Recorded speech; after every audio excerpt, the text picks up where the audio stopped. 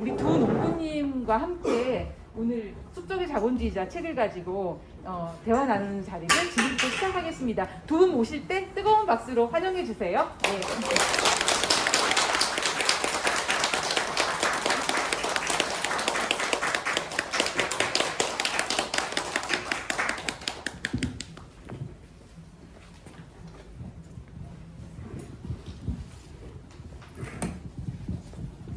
네, 안녕하세요. 오늘 사회를 맡게 된 네, 양평에서 농사 짓고 있고요. 마르쉐에 출점하고 있는 종합재미농장의 안정화라고 합니다. 안녕하세요. 박혜윤입니다. 너무 반갑고요. 네, 오늘 재밌는 얘기 많이 나눌 수 있었으면 좋겠습니다.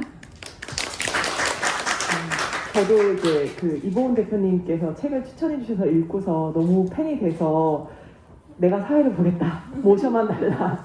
작가님을 만나게 해달라. 막 이렇게 해가지고 오늘 이 자리가 성사가 돼서 너무 지금 기쁘고 오늘도 세상에 5시에 일어난 거예요. 막 설레가지고 아침에 해가 안 떴네? 막 이러면서 오늘 이 시간이 오기를 엄청 기다렸었거든요. 그래서 일단은 지금 뒤에 뭔가 재밌어 보이는 사진들이 계속 지나갔는데요. 작가님께 사진 설명 한번 듣고 그 다음에 책 얘기로 넘어가도록 하겠습니다. 네, 저 배경화면에 저 빨래 넣는 거, 네, 빨래를 넣는데 그 햇빛이 너무 여름에 좋아요. 그래서 되게 빨래를 하면서 행복을 느낀다는 게 참 좋았던 날이었던 것 같아요. 그 저희 둘째인데요. 이 책에 나와 있는지 모르는데 저희 둘째가 되게 성격이 저랑 비슷해서 좀 단순하고 좀 맹하거든요. 저러고 놀아요. 네, 놀고 있습니다. 저 책에 나오는 블랙베리, 야생으로 자라는 블랙베리죠. 네, 이게 원래는 관상용으로 미국 사람들이 들여놨다가 이게 펜스를 넘어가서 야생화가 되면서 거의 뭐 황소개구리처럼 돼버려가지고 토종 식물들을 다 죽이고 있는데 저희는 맛있게 따먹고 있습니다. 정말. 네. 그리고 이제 제가 만드는 빵 사진이 있고, 그다음에 저 사과잼은 제 옆집에 사과나무를 심었는데 여기서는 사과나무가 굉장히 약 없이 이렇게 재배하기 되게 힘들잖아요. 근데 여기는 그냥 솔직히 그런 경충해가 그렇게 많이 없는 것 같아요. 그래서 거의 야생 사과처럼 돼버렸어요. 그래서 그 맨날 얻어다가 지금 사과잼을 막 만들죠. 여름에, 그러니까 가을에 사과가 나오면 아예 한 2, 3일은 정말 고생을 합니다. 사과잼을 만든. 네.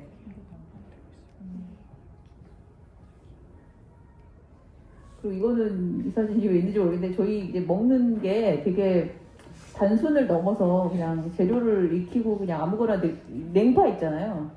그거를 이제 거의 극단으로 하는 거예요. 그냥 가지가 있길래 그날.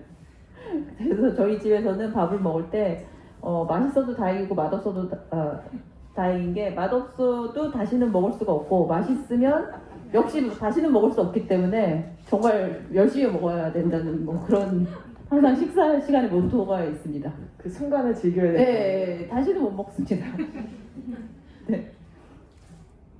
네, 여기 이제 시애틀에는 눈이 안 오거든요. 근데 최근에 역시 또 기후 변화 정말 아주 정말 이상한 날씨들이 이어지고 있어서 이날 눈이 이렇게 많이 오는 거는 정말 일생에 한 번 보면 될 줄 알았는데 매해 한 번씩 이런 식으로 눈이 와가지고 정말 지구가 망하고 있구나 이러면서 망하기 전에 열심히 놀자. 네. 노는 사진이고요. 네, 이거는 제가 한국말 용어가 정확히 뭔지 모르겠는데 개개일식인지 뭐 무슨 일식이 있었어요. 이게 뭐 50년인가 60년 뭐 하여간 한 번 볼 수 있다고 해서 저희가 이제 갔습니다. 근데 이날 정말 그 해가 가려지는데 뭐 그때 뭐 옛날 기록에 보면 뭐 동물들이 미치고 뭐 여러 가지 뭐 그런 굉장히 그런 이야기들이 있잖아요. 그래서 정말 그런 데 갔는데 정말 뭐랄까 그 순간이 뭐 한 1분 뭐 이렇게 되게 짧은데 정말 이게 우리가 자연 안에 살고 있다는 걸 아주 이상한 저희가 되게 무감각해서 뭐 이런 기 같은 거 못 느끼는데 이때는 정말 느꼈어요. 저희 애들이에요. 이날 그래서 너무 이때 이 미국이 저녁이 난리가 나서 숙박 뭐 이런 걸 찾을 수가 없어갖고 저희가 기저귀를 사가지고 갔어요. 화장실 넣고 이래가지고. 근데 다행히 기저귀를 사용하진 않아서 네. 네. 저희가 이제 발효 음식 만드는 걸 좋아하거든요. 이게 나또는 정말 만들기가 쉬워요. 정말 뭐 그냥 한번 배우면 요새 다 모든 게 라면보다 끓이기 쉽다 뭐 이런데 거의 라면보다 조금 어렵습니다. 예.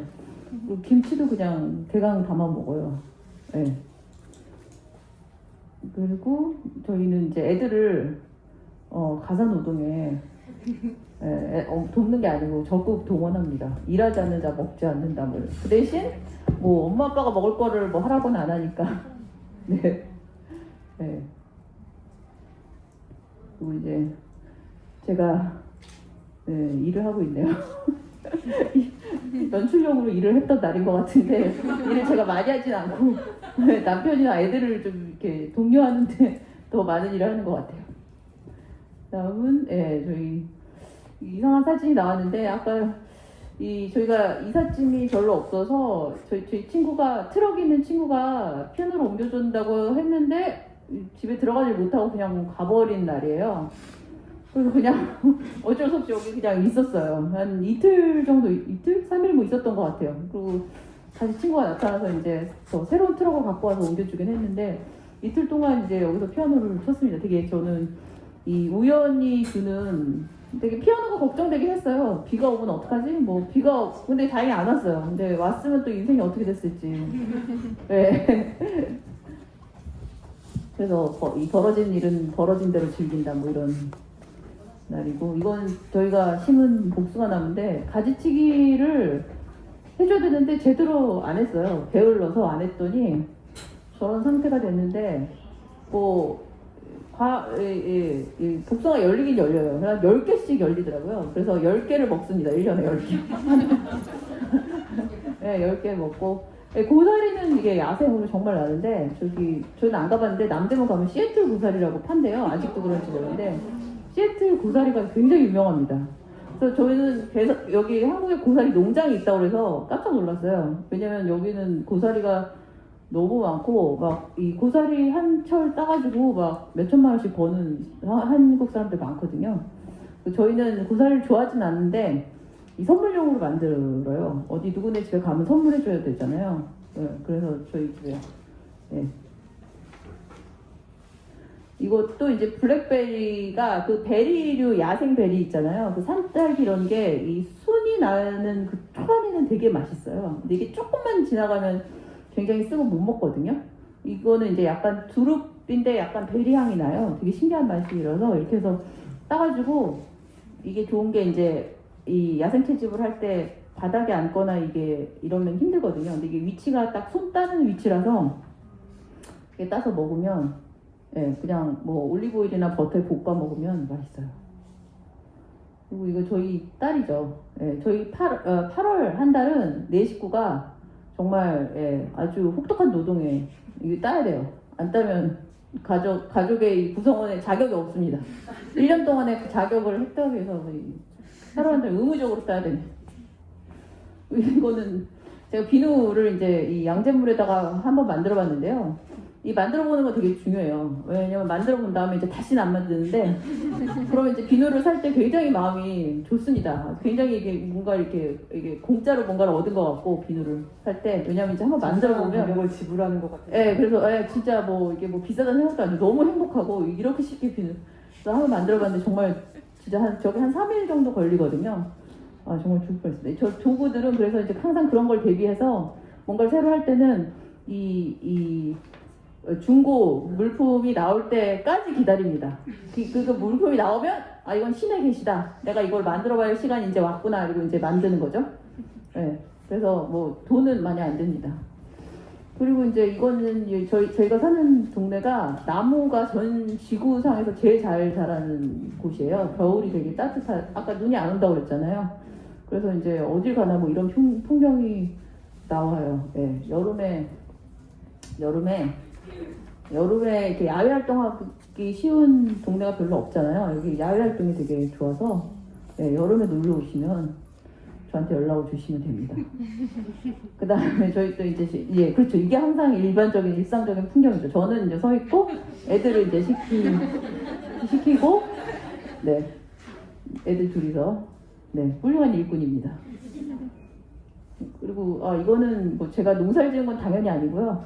이게 미리 지금 색깔 구분이 안 되는데 이게 파스타를 만드는 미리 듀럼이 있고 이제 이거는 하드 레드 윗이라고 빵을 만드는 밀이거든요. 근데 이런 다른 뭐 농사를 짓진 않지만 대신에 이 여러 가지 밀들을 가지고 빵을 이렇게도 만들어보고 저렇게도 만들어 보면 되게 맛이 다양해지면서 좀 맛에 대해서 너그러워지고 맛을 또 제대로 느낄 수 있고 뭐 이런 게 있어요. 네. 이날도 이제 눈이 온 날 놀고 있네요. 네. 네, 이거는 저희 큰애가 인형을 만들어서 팔아요.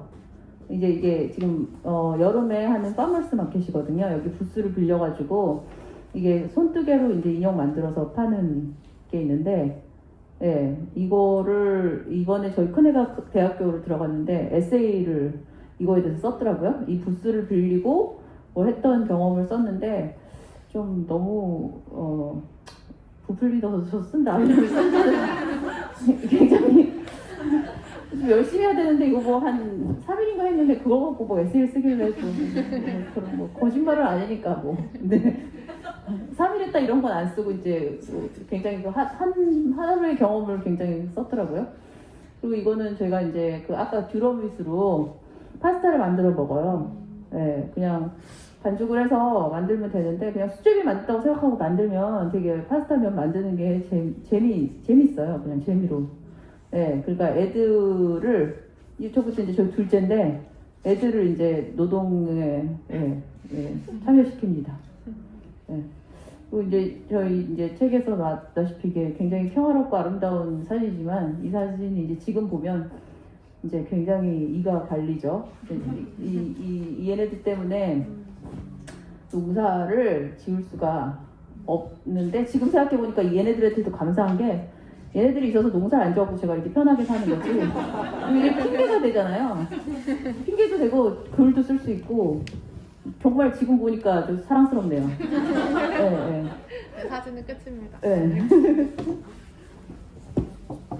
너무 재미있는 사진들을 많이 보여주셔가지고 마지막에 봤던 이제 약간 밤비 같은 너무 아름다운 그 사슴들이 사실은 그 농부들이 이를 갈고 싫어하는 그런 동물인 거죠. 한국에는 이제 고라니가 있죠. 저희도 처음에 내려와서 진짜 너무 귀여운 정말 요만한 강아지만한 고라니 새끼가 하루는 밭에 있는 거예요. 그래서 저도 이제 어렸을 때 그 디즈니 만화 영화를 보고 자란 세대라 보자마자 너 너무 예쁘다 막 그런데 순간 또 욱하고 올라오면서 근데 너 뭐 먹었니?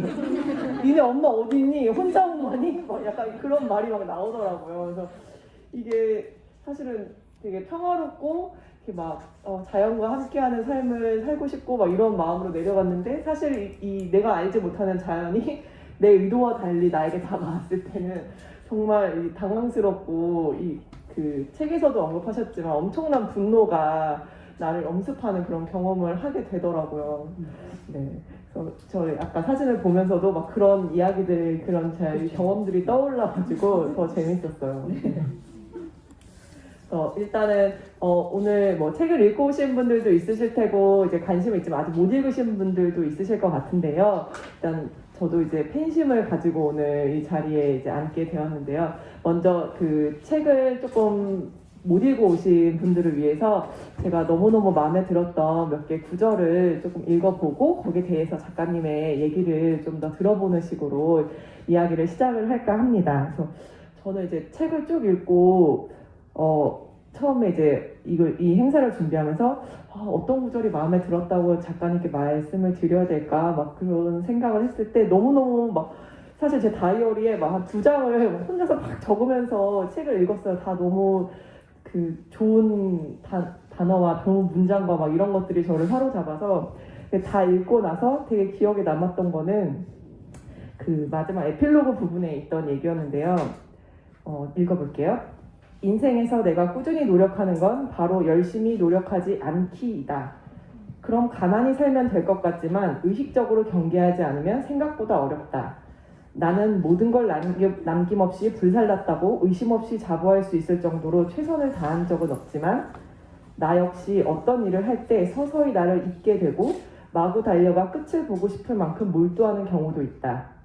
이럴 때 정신을 똑바로 차리고 안 돼. 이렇게 열심히 하면 안 되지. 하며 멈추려는 노력을 해야 한다. 이게 마치 이제 어떤 책에서는 열심히 살아라 이렇게 할 것 같은데 결론은 안 돼. 이렇게 열심히 살면 안 돼. 이렇게 자신을 계속해서 정신을 차리지 않으면 나도 모르게 열심히 살고 만다라는 이야기를 해주셨어요. 그래서 저는 이 부분이 너무 와닿았던 게 저희 책과 조금 연결을 해보자면 제가 유럽 여행 가서 농장에서 일을 할 때 저도 약간 정신을 놓으면 어느 순간 막 너무 열심히 일을 하고 있는 거예요. 그러니까 그 농장에 일하는 사람들이 저한테 여기 잡초가 하나도 없어야 됩니다 이렇게 말을 한 것도 아닌데 그 잡초 하나 남아있는 게 너무 싫어서 막 어깨가 빠질 것 같은데도 그걸 하고 있고 하루는 이제 막 비가 와가지고 다 같이 숲으로 이렇게 비를 피하고 있는데 비가 그치자마자 그 밭으로 돌아가는 사람이 딱 3명 있었어요. 10명 정도 중에. 딱 보니까 다른 한국에 그리고 한국 사람인데 거기 나라 입양돼서 사는 한국 핏줄인 사람 이렇게 유럽 사람들은 다 나무 밑에 쉬고 있는데 거기 딱 3명만 비가 그치자마자 밭으로 아무도 가라고 말을 안 했는데 가서 일을 시작하더라고요. 그래서 이거 뭐지? 이건 문화라고 생각했는데 핏줄인가? 그런 생각도 되게 했었거든요. 근데 그래서 이걸 보면서 왜 열심히 살면 안 되는 걸까? 이런 생각도 들었고 이렇게까지 생각하게 되신 뭔가 계기가 있으셨던 걸까? 그런 생각이 들었어요. 아니, 저는 이 계기보다 요새 최근에 들었던 예를 하나 들자면 이제 이런 의문이 들은 거예요. 제가 이제 그 코로나 기간 동안에 확진자들이 많았잖아요. 저도 이제 살이 찌면서 이제 이거 이러면 안 되겠다 이렇게 생각을 하면서 이렇게 좀 덜 먹어야지라고 했는데 생각을 했더니 이게 흔히 폭식을 하잖아요. 저도 폭식을 하는 거예요. 근데 제가 보니까 이게 굶는 것도 쉽고 폭식을 하는 것도 쉬운데 왜 먹다가 멈추는 게 안 될까? 그게 사실은 저는 너무나 지금도 이제 해결하지 못한 큰 의문이에요. 왜냐면 굶는 것보다 쉬워야 되잖아요. 근데 이게 뭐 한두 번이 아니고 계속 반복되는데 아직도 그래요. 근데 거기서 이제 제가 이제 그건 이제 되게 이것도 이 모든 인간의 이 행동에 되게 적용이 되는 것 같아요. 그러니까 무언가를 아까 되게 몰두해서 뭐 잡초를 뽑거나 아니면 내가 다이어트를 해야 되니까 뭐 굶거나 뭐 이게 쉽고 이게 나한테 주는 만족은 내가 누구이고 나라는 사람을 잃어버리는 내가 여기 어디에 있고 내가 무엇을 하고 있고 이걸 잃어버리는 어떤 거기서 주는 행복이 있거든요. 근데 항상 그렇듯이 행복은 항상 이렇게 증가를 하다가 계속 증가하진 않잖아요. 이제 그 시점을 딱 맞춰서 멈춰야 되는 것 같은 거예요. 그게 이제 밥을 먹어서 즐겁다가 분명히 밥을 더 먹어서 지금 즐거운 게 아닌데도 계속 먹고 이제 폭식의 상태로 가잖아요. 근데 이제 그 순간에 이제 갑자기 제 자신을 찾아서 여기서 멈춰야 된다라는 게 이제 딱 깨어나야 된다는 거였어요. 그러니까 그게 뭐 노력을 하지 않고 안 하고는 이제 자기만이 아는 거죠. 그 어느 순간이었던가. 그러니까 자기 욕구를 참아서 다이어트를 해서 굶는 것도 아니고, 그러니까 일단 맛있게 먹어서 맛있게 먹는 그 순간에 내가 멈출 수 있다면 딱 좋겠다. 모든 일을 해도 마찬가지인 것 같다. 이런 생각이었죠. 네. 어떻게 보면은 나의 지금 상태? 그쵸. 그거를 네. 정확하게 알아야 멈출 수 있는 건 거죠. 네. 아니면은 그냥 나 자신을 잊고 뭔가 일에 그냥 나를 쏟아붓는다거나 약간 그렇게 그것도 어느 순간에는 멈춰야 되는 순간이 있는 것 같아요. 네. 근데 밥을 먹는 걸 멈추지 못한다는 말에 저는 진짜 너무 보셨죠? 제가 고개를 격렬하게 끄덕이는 거. 진짜 아직도 모르겠어요. 왜 너무 어려운 일인 것 같아요, 맞아요. 진짜. 차라리 굶으라면 굶겠는데 저는 그것도 어려워요. 굶으라고 해도 못 굶어요. 근데 멈추는 것도 어려워지는 것 같아요. 그러니까 작가님 책을 보면서 되게 느꼈던 게 나 자신을 좀 더 깊게 알아야지 내가 진짜 뭘 원하는지를 알아야 되겠다 이런 생각을 되게 많이 했고 작가님이 본인의 욕구나 본인이 어떤 사람인지를 알기 위해서 정말 많은 생각을 하셨구나 이런 생각이 되게 많이 들었었거든요. 그리고 되게 인상 깊었던 것 중에 하나가 한동안 되게 많은 책들이 자존감을 높여라 그렇게 말하는 책들이 정말 많았잖아요. 수업도 되게 많았고 근데 작가님은 오히려 자존감을 믿지 않는다라고 얘기를 하셨어요. 그래서 저는 그 구절이 좀 재밌어서 또 가지고 와봤는데요. 내가 자존감을 믿지 않는 이유는 간단하다. 나는 스스로를 절대적으로 긍정할 만큼 대단한 인간이 아니다. 성인군자나 사이코패스가 아니라면 홀로 있는 인간은 누구든 불완전하다는 느낌으로부터 자유롭지 못하다. 내가 나를 절대적으로 존중하지 않는다고 스스로 비하한다는 뜻은 아니다. 나는 그 대신 나를 존중해주고 무조건 지지해주는 사람들의 이야기를 철석같이 믿는다. 이 말이 되게 와닿았어요. 그 자존감이라는 거를 가져야 된다, 찾아야 된다. 그 어딘가 내가 모르는 아직 나는 만나지 못했지만 그것이 저 먼 꿈의 나라 있을 것만 같은데 나만 못 찾고 있는 것 같은 그런 느낌을 주잖아요. 근데 그런 기분이 들었을 때 오히려 뭔가 박탈감이 들고 마음이 더 힘들어진단 말이에요. 근데 그게 아니라 어차피 내가 그걸 찾을 수 없다면 그냥 내가 아끼고 내가 사랑하는 사람들이 나를 믿어주는 거를 오히려 나는 그걸 믿겠다. 그렇게 얘기하신 게 너무 이렇게 그 단호박 같은 그 말투가 되게 안정감을 주더라고요. 그래서 그런 쪽을 선택하기로 했다라는 부분이 저는 너무 마음에 들었는데 그럼에도 불구하고 저희가 자존감을 찾을 때 어려운 것처럼 그런 선택을 어떻게 하실 수 있었는지 그것도 조금 궁금하기도 했어요. 그러니까 사실 자기 자신을 봤을 때 내가 별거 아닌 사람이라고 생각할 사람이 태반이잖아요. 저도 그 중에 한 사람이거든요. 근데 내가 별게 아니었다고 해서 그게 무가치한 사람, 그러니까 이게 그것도 중간지대가 있는 거예요. 난 별거 아닌 사람이야. 그냥 노바디잖아요. 듣보잡. 근데 듣보잡이면 그냥 자동적으로 가치가 없는 인간인가? 그건 아니거든요.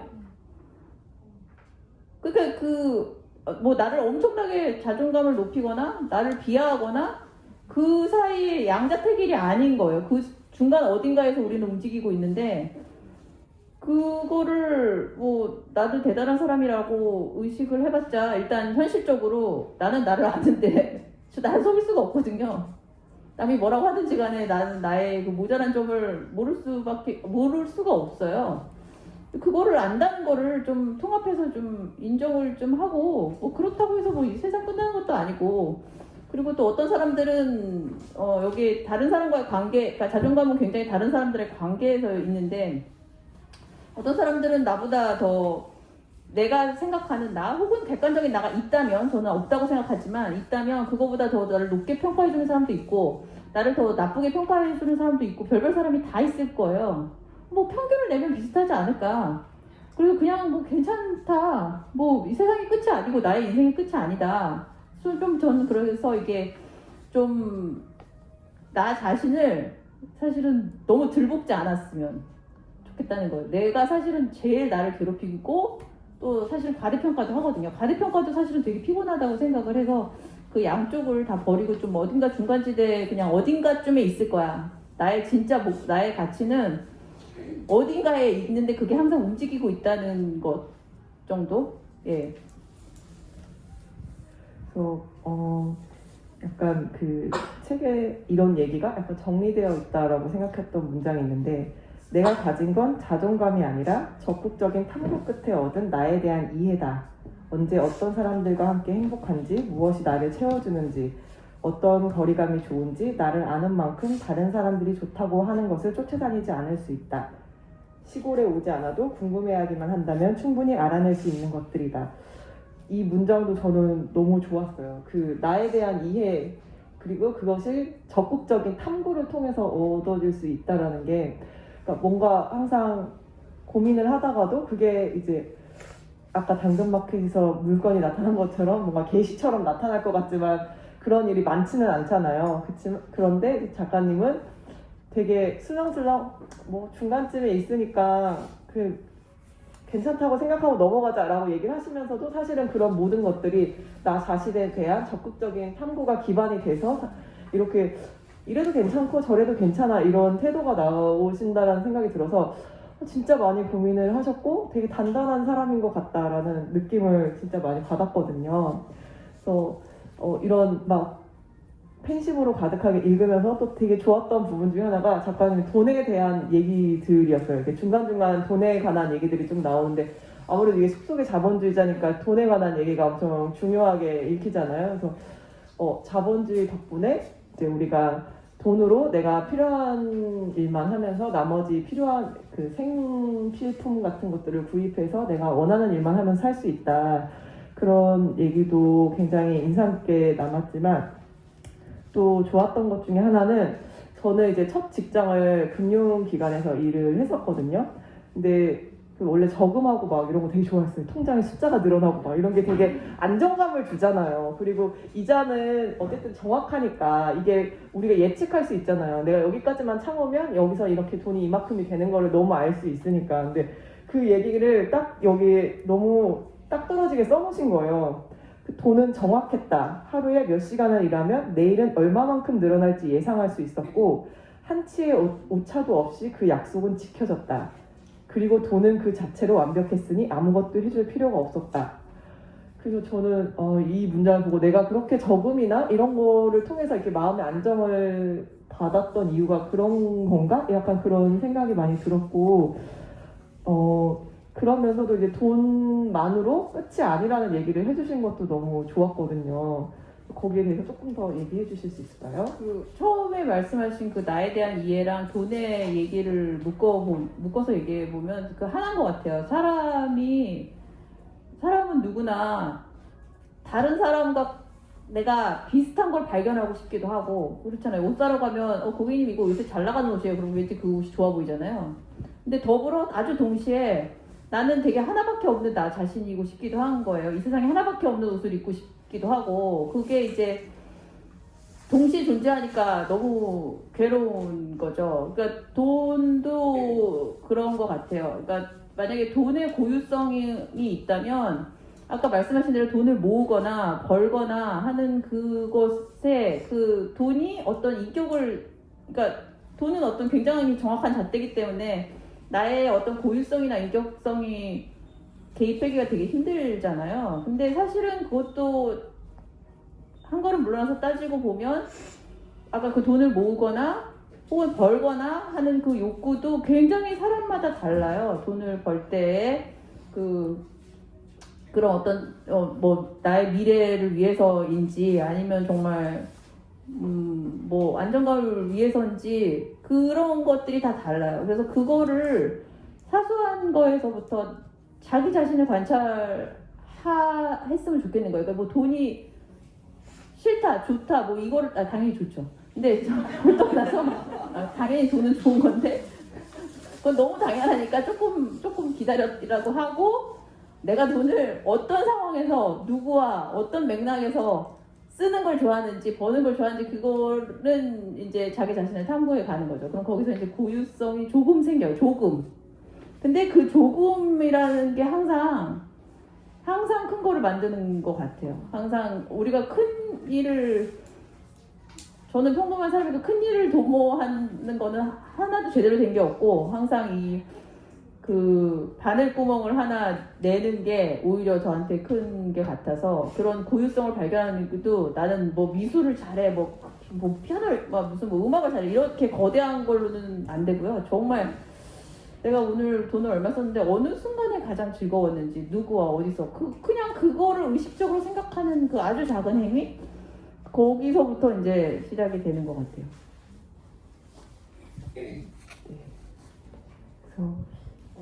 그래서 돈을 되게 뭔가 그 단순한 규칙이 있고 그래서 사람한테 안정감을 주고 굉장히 중요한 어떤 도구고 그런 중요성에 대해서도 얘기를 하시고 그로 인해서 본인이 이제 받는 어떤 안정감이나 이득 같은 것에 대해서도 되게 많이 얘기를 하시지만 또 돈으로만 해결되지 않는 부분에 대해서도 많이 얘기를 해주셨단 말이에요. 그래서 이런 부분이 있었어요. 자본주의에서 돈은 내 돈이니까 청구서를 모두 지불하고 나면 내 의무를 다했다는 착각을 하게 만든다. 그러나 내게 돈이 있고 그 돈의 위력이 아무리 크다 한들 정작 나 자신은 초라하고 불완전하다. 우리는 모두 누군가의 도움을 받아야 하고 살아있는 것만으로 폐를 끼치며 살아간다. 내 돈 주고 산 플라스틱 용기들은 실상 모든 비용을 내가 다 치른 것이 아니다. 쓰레기 봉투를 샀다고 쓰레기에 대한 진짜 비용을 다 지불하지 않았듯 말이다. 인간관계도 마찬가지다. 열심히 돈을 벌어서 가족이나 친구에게 넉넉한 물질적 풍요를 제공한다고 해서 관계에서 내 역할을 다한 게 아니라는 건 명백한데 우리는 그 사실을 쉽게 잊는다. 이렇게 내 돈으로 문제를 다 해결했다는 착각과 그 만족감은 나 자신을 소외시킨다.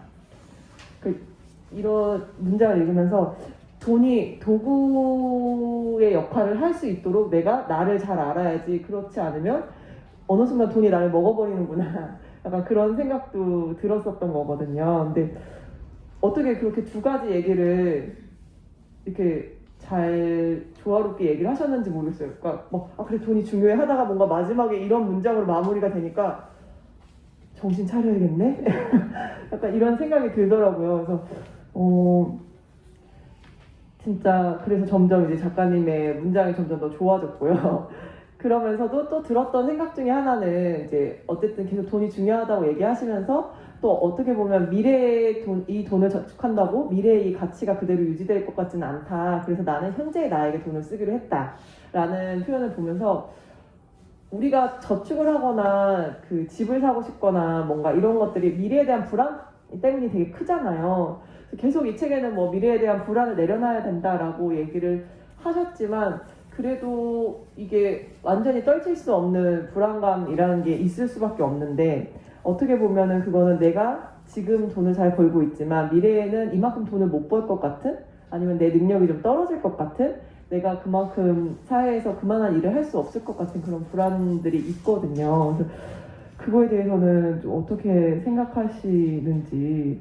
그러니까 저희 남편이 돈 벌기를 그만두면서 이제 본격적인 백수 생활이 시작이 됐잖아요. 근데 그 전에도 돈 생각을 많이 했고 그 후에도 돈 생각을 많이 하는데 그 전에는 돈 생각을 오히려 안 했던 것 같아요. 내가 뭐 어디 스타벅스 커피 사 먹으러 갔는데 뭐 그거를 돈이라고 생각을 안 했어요. 사실은 그러니까 돈을 막 너무나 원하고 막 너무 벌고 싶었거든요. 그때는.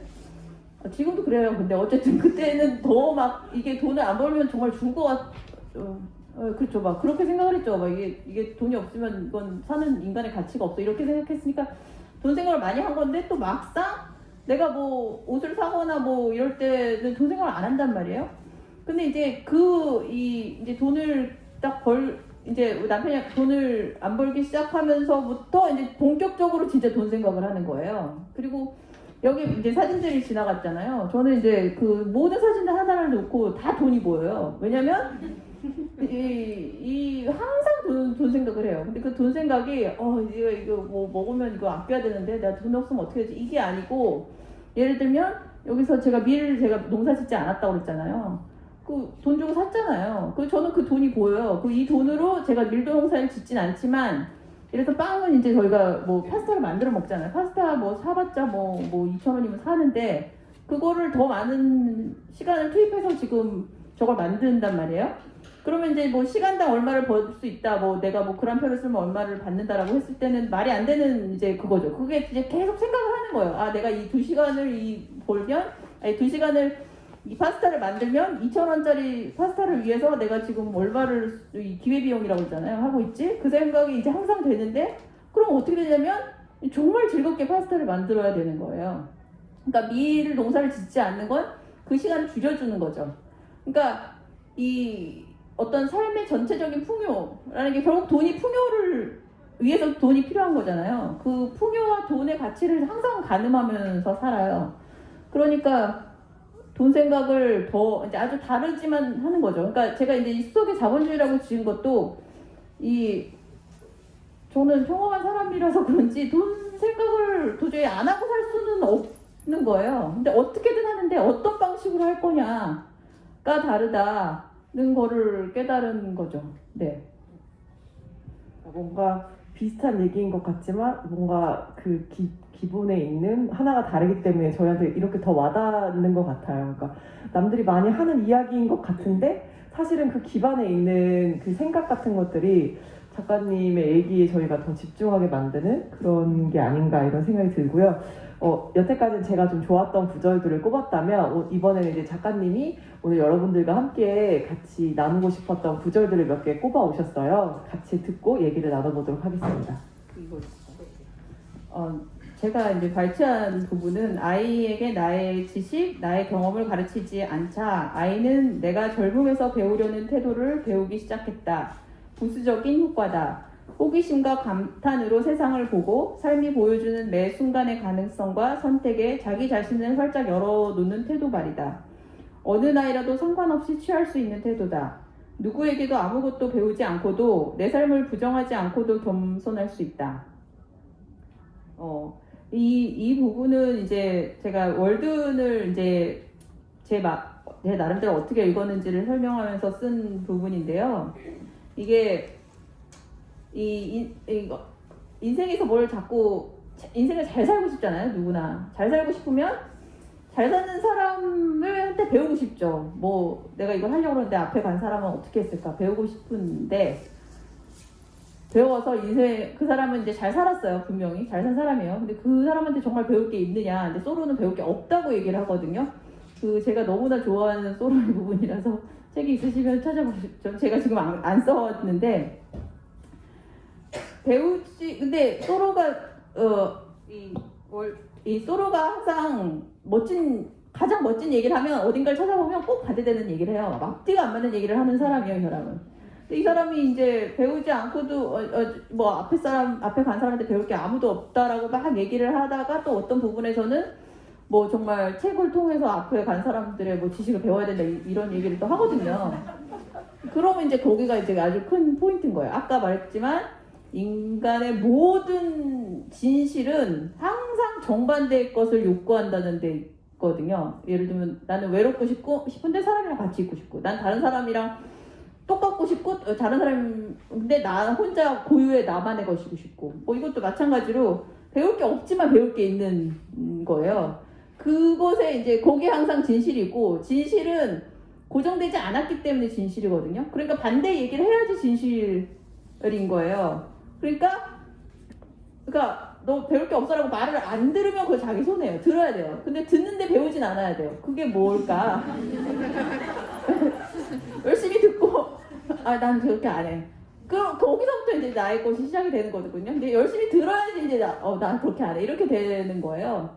근데 그게 이제 제가 애를 키워보니까 모든 애들이 다 그래요. 굉장히 그 애들은 새 인간이라서 뭐 이제 뭐 없으니까 그냥 해보는 거죠. 정말 두려움도 없이 뭐도 이제 없이 해보는 거죠. 그러니까 저는 이 책에는 뭐 많이 쓰진 않았지만 애들을 뭐 내가 가르칠 게 사실은 별로 없다고 생각하거든요. 물론 학교를 가고 뭐 이거 하는 거는 부모가 가르칠 일이 아니고 뭐 다 배워요 어떻게든지. 근데 오히려 내가 애들한테 배우는 태도를 아이들이 배워서 사실은 아이들이 가지고 있는 그 세상에 대해서 그 열린 마음을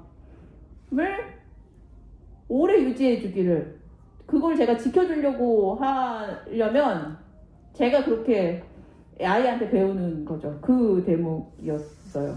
근데 이게 또 시골 생활이랑 도 연결이 있는 게 시골에서는 정말 미국도 그렇고 제가 한국에서도 사실은 2달 동안 시골 살기 해봤거든요. 그 시골에서는 정말 다양한 사람의 다양성이라는 게 뭐 자연의 그 어떤 품종만이 아니고 사람도 정말 이상하고 희한한 사람들 진짜 많아요.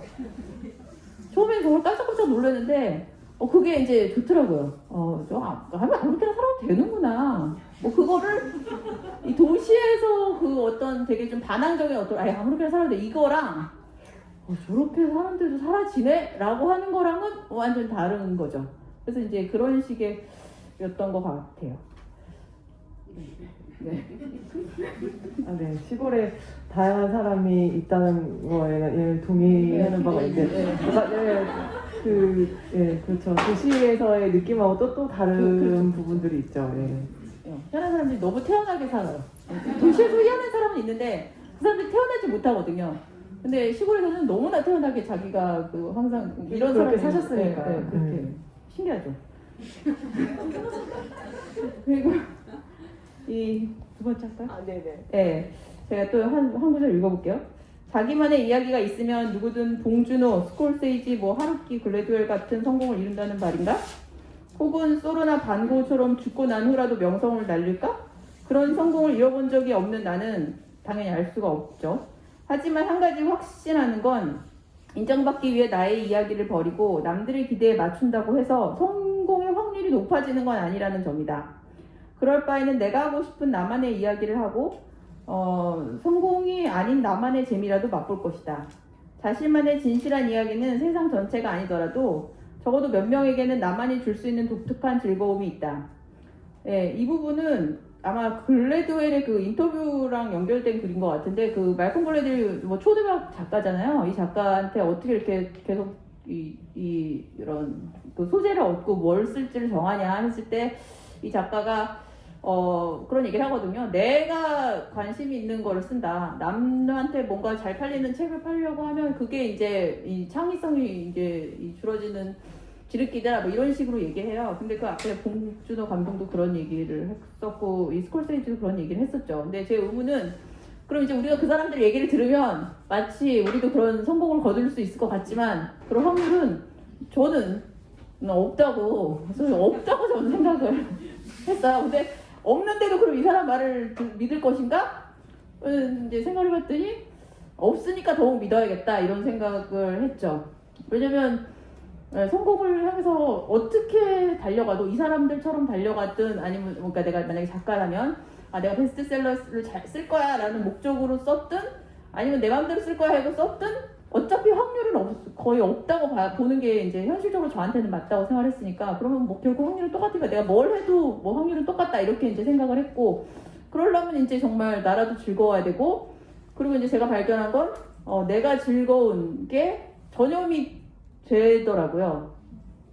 내가 즐거운 게 뭐 작게는 1명, 2명, 그러니까 그렇잖아요. 애들이랑 놀아줘 보면 이 내가 즐거웠을 때 애들이 가장 즐겁게 노는 그런 게 있어서 그래서 저는 너무 인생을 잘 산다는 게 사실은 그냥 어쩌면 인생을 즐겁게 사는 것과 성공이 같을 수도 있고 다를 수도 있는데, 그 성공은 나의 컨트롤이 아니면 내가 이제 영향을 미칠 수 있는 부분이 아니라는, 하지만 그럼에도 즐겁게 잘 살 수 있다는 그런 얘기를 하고 싶었어요.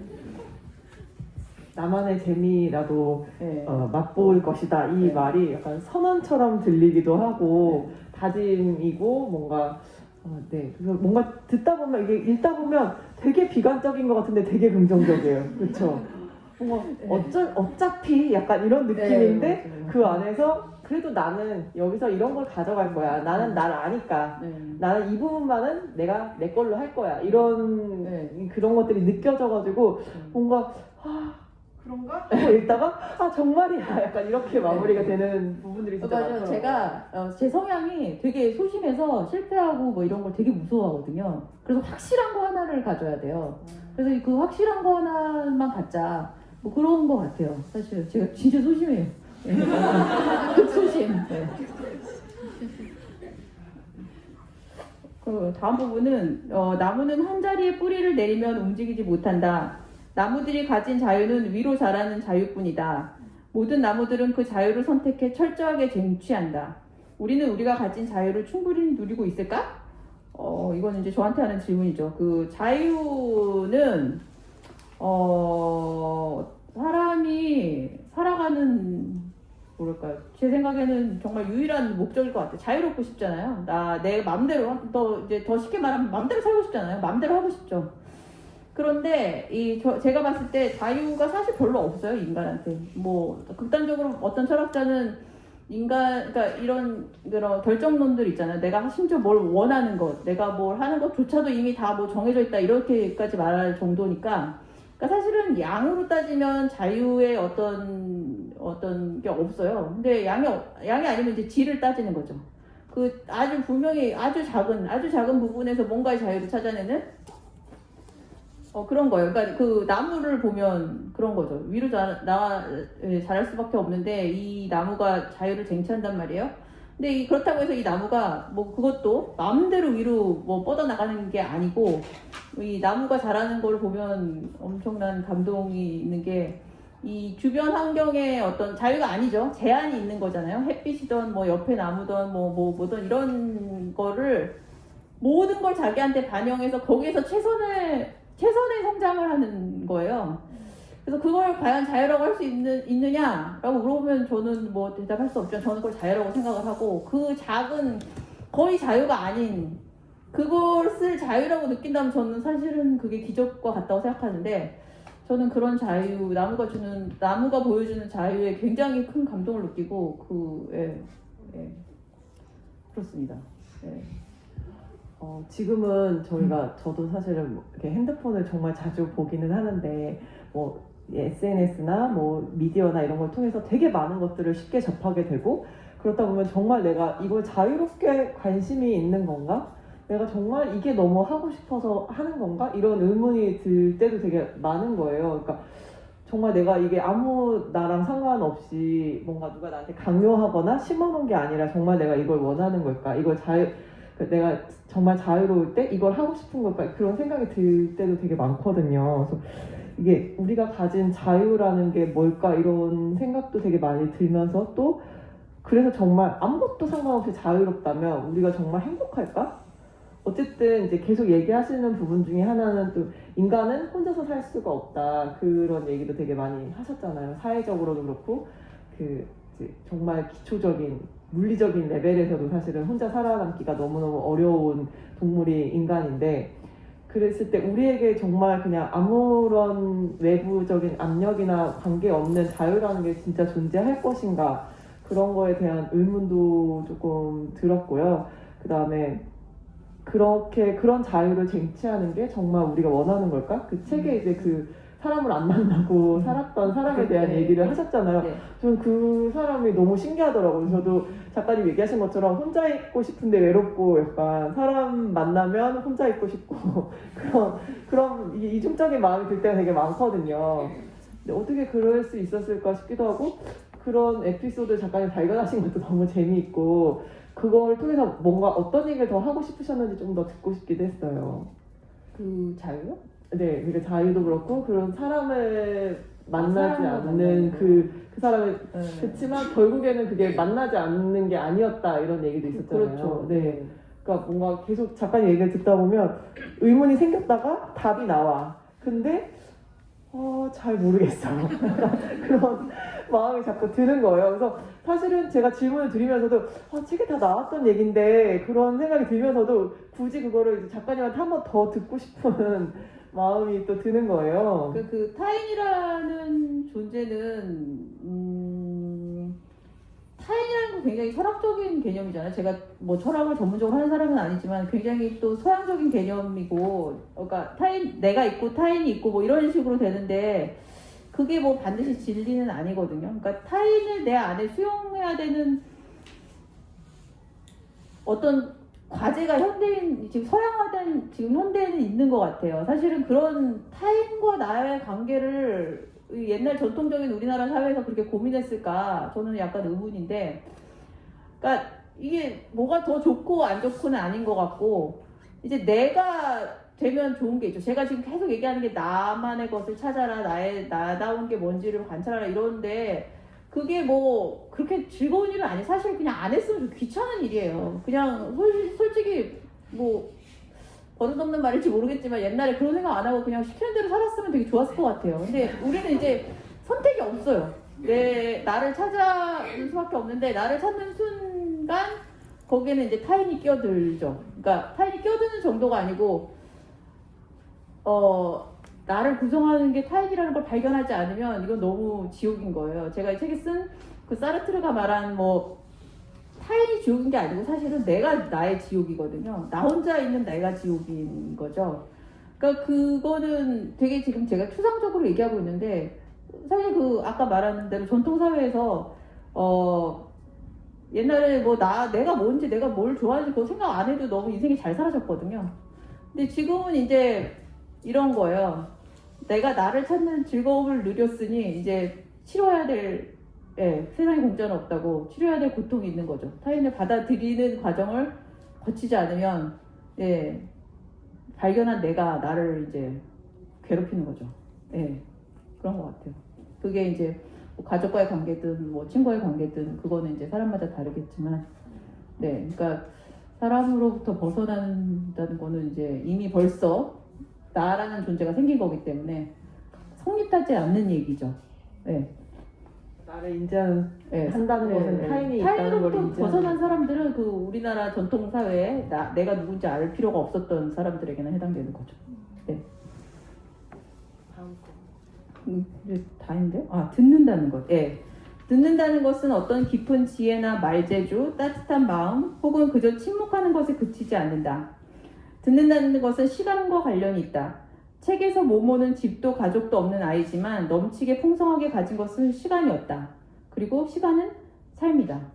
우리가 타인의 이야기를 진짜로 듣기 위해서는 나의 시간을 멈춰야 한다. 내가 하고 있는 일의 시간, 내가 살아왔던 과거의 삶에 이어져 있는 시간에서 벗어나는 것이다. 상대방의 말을 듣기 위해서 마치 영원의 시간을 함께하는 것처럼 나의 조급한 시간표를 온전히 잊을 때 비로소 타인의 세계로 들어갈 수 있다. 이 책은 이제 모모라는 초등학생용 대상 책이에요. 이 책은 제가 정말 강력하게 추천하는 책입니다. 너무나 쉬운데 너무나 어렵고, 뭐 정말 나무랄 데가 없는, 이 책을 제가 왜 이렇게 늦게 읽었을까 싶은 책인데, 여기서 이제 제가 자본주의 이제 돈 얘기를 계속 하잖아요. 저희 누구나 다 알잖아요. 돈은 시간은 돈이고, 그리고 제가 앞에서 얘기했지만 2시간을 들여서 2,000원짜리 파스타를 만드는 게 도대체 이게 무슨 말이 되느냐. 그것도 다 시간과 돈의 얘기고, 그리고 또 여기 안에서는 제가 파스타를 뭐 저 혼자 먹으려고는 제가 뭐 죽었다 깨어나도 안 만들었겠죠. 거기에 다 관계가 들어있고, 그러니까 이 모모의 가장 큰 주제가 뭐 시간을 아껴서 막 뭔가를 열심히 하는 사람들의 얘기거든요. 그러니까 우리가 그리고 시간이 지나면 우린 죽잖아요, 사실. 시간이 가장 무서운 거는 이제 우리의 죽음을 데리고 온다는 거죠. 그리고 뭐 우리의 죽음이 아니더라도 사랑하는 가족이 먼저 죽으면 이제 또 이별을 데리고 오고. 그러니까 사실은 여기서 말한 시간은 삶이다. 저는 이게 너무 좋거든요. 그러니까 그러면 이제 어떻게 살아야 되느냐. 정말 이 시간은 우리의 지배자이지만 그 안에서 우리가 뭔가를 정말 밀고 당김? 밀당을 이제 하는 게 삶이라고 저는 이제 생각을 하는 거예요. 거기는 당연히 돈도 들어가고 관계가 한꺼번에 들어가는 얘기죠. 제가 얘기를 계속 하다 보니까 이 모모를 정말 읽어보시기를 강조드립니다. 제가 생각하기에는 월든보다 더 재밌는 것 같아요. 월드는 워낙 다들 읽기 힘들었다는 감상평이 많기 때문에 아마 모모가 더 재밌긴 하겠죠. 저도 월드는 되게 힘들게 읽었던 것 같은데 한 에피소드 빼고는 기억에서 다 지워져 버렸어요. 뭔가 그 힘들었던 것 때문인지.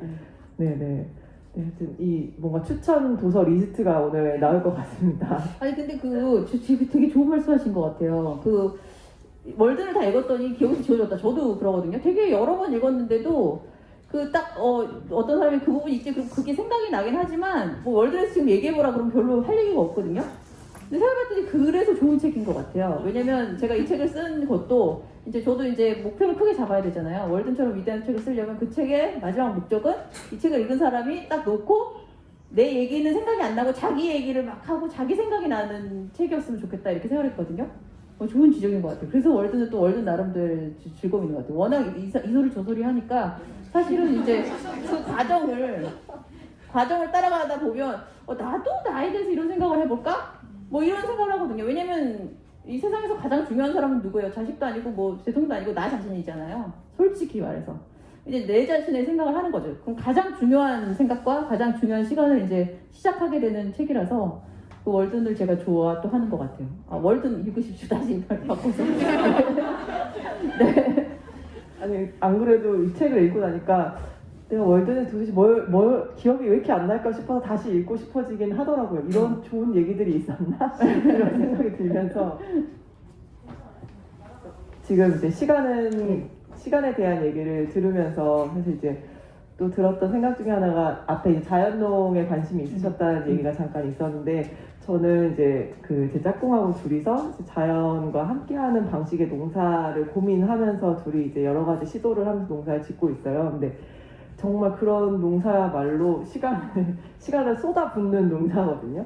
그러니까 진짜 시간을 아끼기 위해서 뭐 기계를 쓴다거나 화학약품을 쓴다거나 이런 도움들을 받는 건데 그렇지 않기 위해서는 진짜 시간과 내 몸과 노동을 쏟아부을 수밖에 없는 거고 이제 그 얘기하신 대로 지금은 저희가 자본주의 사회이기 때문에 돈으로 그리고 다른 물질로 약간 그런 시간과 노동을 해결할 수 있는 그런 상태인 거죠.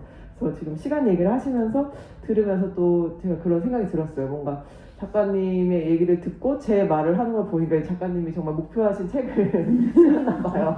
작가님 얘기를 해야 되는데 제 얘기만 하고 있어요. 네, 그래서 또 그 얘기를 듣고 농사 얘기를 생각이 나면서 또 들었던 그 기억이 났던 것 중에 하나가 그 농사를 안 지으시기로 생각을 하시면서 그 물론 동물에 대한 엄청난 내 안에 있었는지 모를 그 엄청난 분노와 증오심 때문에 그런 것도 있으셨지만 또 농사를 지은 옛날 사람들의 몸을 보면 엄청 그 고된 노동이 망가져 있는 경우가 되게 많아서 이런 생각을 하셨대요. 이렇게 과정한 노동에 시달리는데 가족들과 즐거운 시간을 보낼 몸과 마음의 여유가 있을까? 이런 생각을 하셨다는 그 문장을 보고서 저도 잠깐 생각했어요. 우리도 채집으로 바꿔야 된다.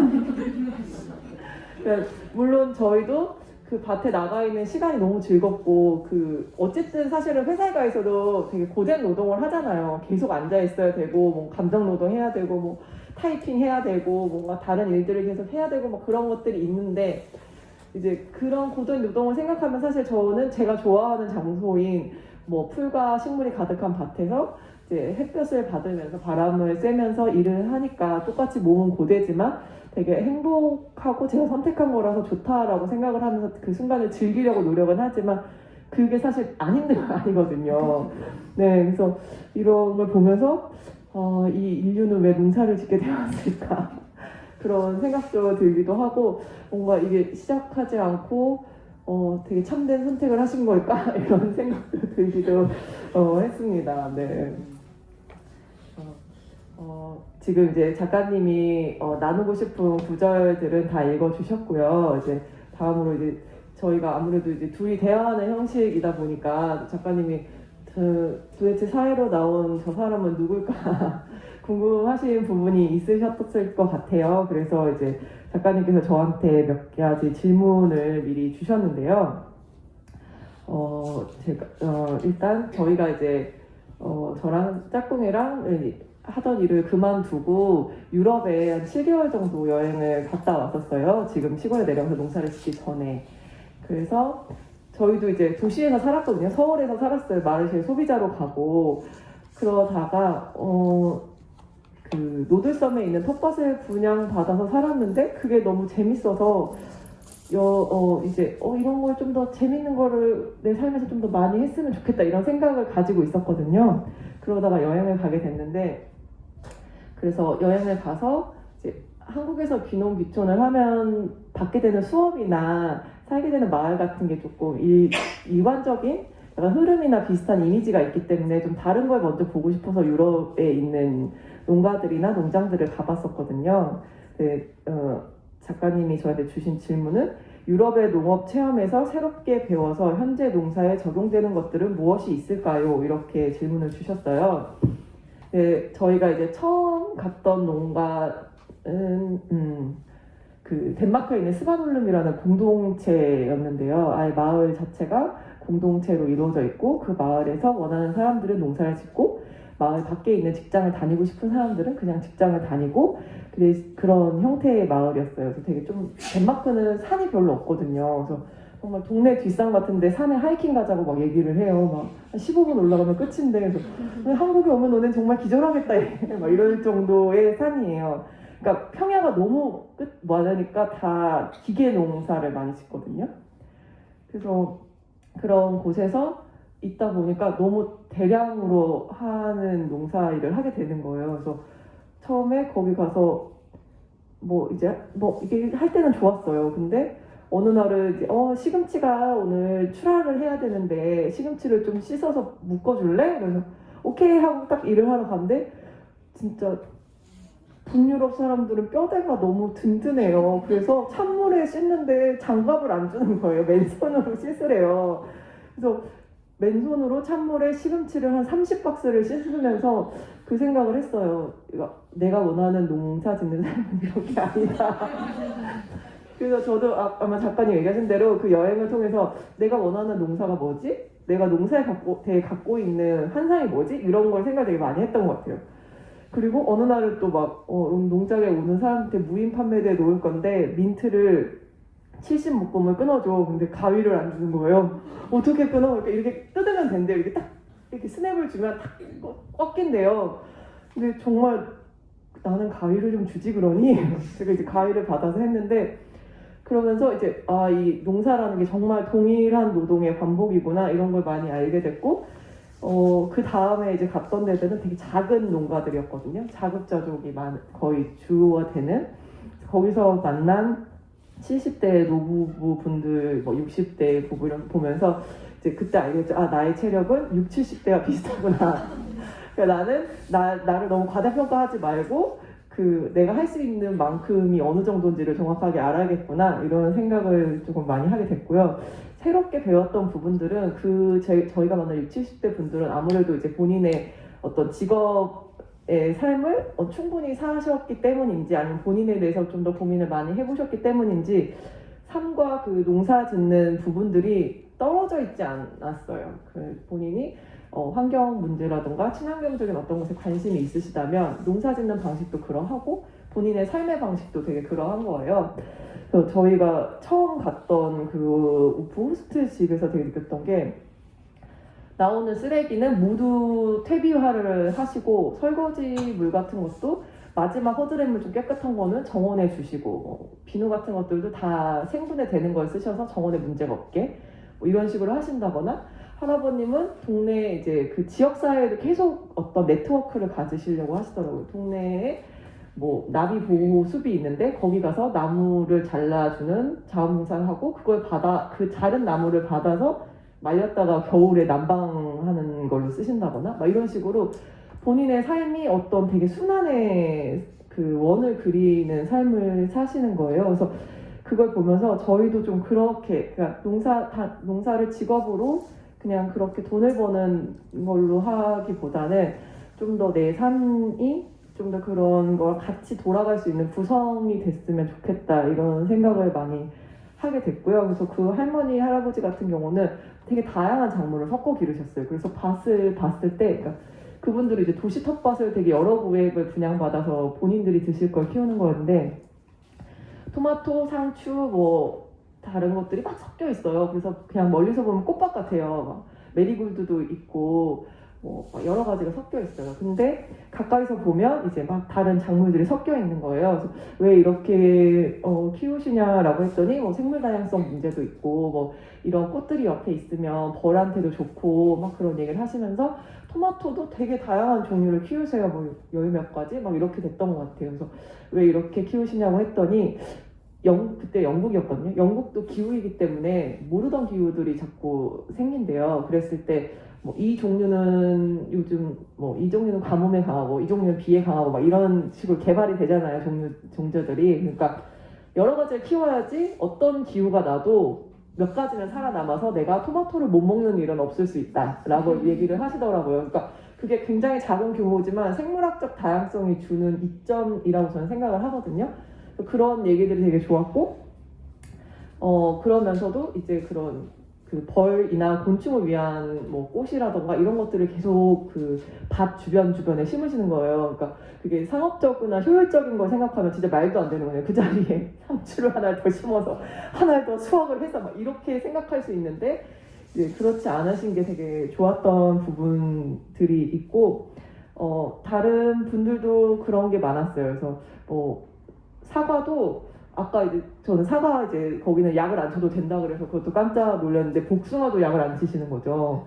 근데 사과는 그래도 유기농을 하시는 분이 있는데 복숭아는 절대 안 된다고 막 그렇게 얘기를 할 정도로 이 크고 단 과일들은 약을 안 치면 참 어렵거든요. 그게 뭐 유기농으로 된 그런 독성 있는 화학약품이 아닌 어떤 방제 물질이라도 계속 그런 걸 많이 사용을 하는데 저희도 갔을 때 사과를 되게 다양하게 키우고 계셨어요. 그래서 사과가 나오는 시기를 다 다르게 하셔가지고 이제 한 번에 노동이 집약되지 않게 이런 식으로 많이 하시더라고요. 그리고 네, 그런 모습들이 되게 좋았고 그런 사과를 또 짜서 주스를 만들어서 보관을 하세요. 네, 잼 만드시듯이 그런 과정에 또 지역 분들하고 같이 하시는 거예요. 그래서 와서 서로 주스 짜는 걸 도와준다거나 그리고 한 집은 그 모임이 있으시대요. 그래서 그런 약간 사과를 모아가지고 같이 맛을 보는 거예요. 그럼 이 집은 한 5가지 키우고 저 집은 4-5가지 키우고 그렇게 보면 20-30가지 종류의 사과를 모아가지고 그렇게 맛을 본대요. 근데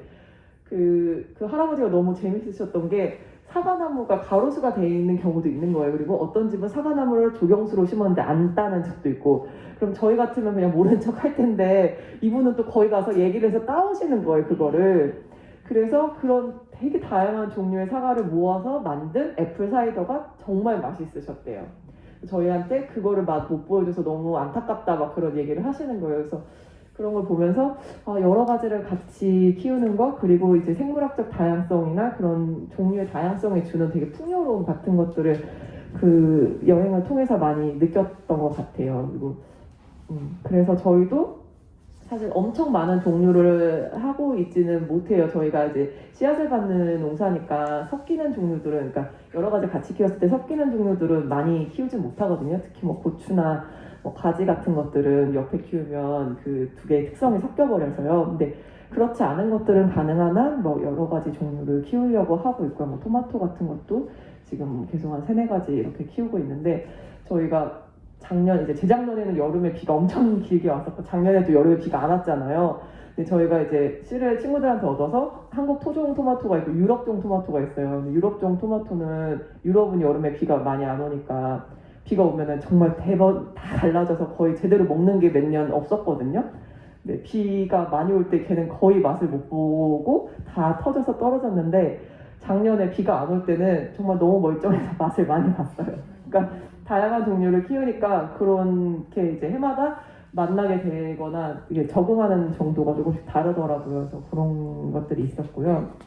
또 하나 질문 주셨던 거는 씨앗을 보존하고 자연농을 하면서 삶에 대한 태도나 성품이 바뀌셨을 것 같아요. 어떻게 바뀌셨나요? 그러니까 이런 질문이셨는데요. 저희가 이제 자연농이라는 말을 단어를 쓰는 거를 조금 어려워하거든요. 그러니까 자연과 함께하는 농사라고 표현을 하는데, 뭐 자연농이라는 게 사실 한국에서 딱 떨어지는 정의가 없어요. 그래서 자연농, 자연재배, 자연농업 이런 식으로 다양한 표현이 사용이 되고 있고 실제로 농사를 지으시는 분들도 되게 다양한 방식으로 농사를 지으세요. 그래서 크게 땅을 갈지 않고 농약이나 비료를 쓰지 않으시고 그다음에 그런 풀이나 그 벌레를 적으로 여기지 않는 뭐 그런 큰 원칙 몇 가지 안에서 이제 다양한 방식으로 본인의 농사를 짓고 있는데요. 저희도 서울에서 이제 직장 다니던 사람들이라 사실은 책을 읽고 머리로 그것에 좋은 것을 알아서 시작을 하게 된 부분이 되게 컸어요. 그러니까 그런 사람 있잖아요. 하루에 8시간에서 10시간 정도 회사에 앉아서 일만 하다가 책을 읽었는데 이거 너무 신세계야. 나 이렇게 꼭 살아보고 싶어. 약간 이렇게 사실은 시작된 부분이 없지 않았던 거죠. 근데 이제 저희는 그래서 시도를 했는데 여행을 가서도 느꼈던 게 저희가 여행 갈 때 처음에 그랬거든요. 우리가 농사 지으면서 살 수 있을까? 이렇게 시작을 했는데 진짜 나중에는 느꼈어요. 제 짝꿍은 할 수 있는데 나는 할 수 있을까? 약간 제가 생각보다 체력이 진짜 안 좋더라고요.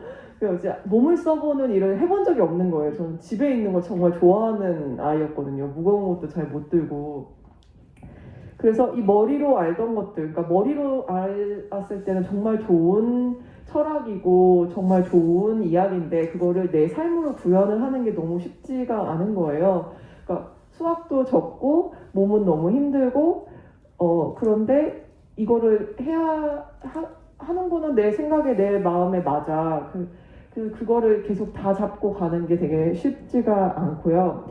그래서 더더욱이나 지금의 농부님들이 기계를 쓰고 농약을 쓰고 그런 비료를 쓰고 그런 마음을 너무 알겠어요. 너무 몸이 힘들고 수확이 안 나오니까 이거를 당장 팔아서 내가 아이들 학교에 돈을 내야 되고 뭐 공과금을 내야 되고 뭔가 집에 뭔가 고쳐야 되고 이런 상황이 온다면 너무 그렇게 될 수밖에 없겠다. 그래서 오히려 이제 좀 그런 친환경적인 당연히 친환경적으로 농사 지어야지 약간 이런 마음이 있었다면 잘 몰랐을 때 농사에 대해서 잘 몰랐을 때 그런 마음이 있었다면 오히려 실제로 해보고 나서는 아 그럴 수밖에 없겠구나 약간 그런 마음들이 좀 더 생겼고요.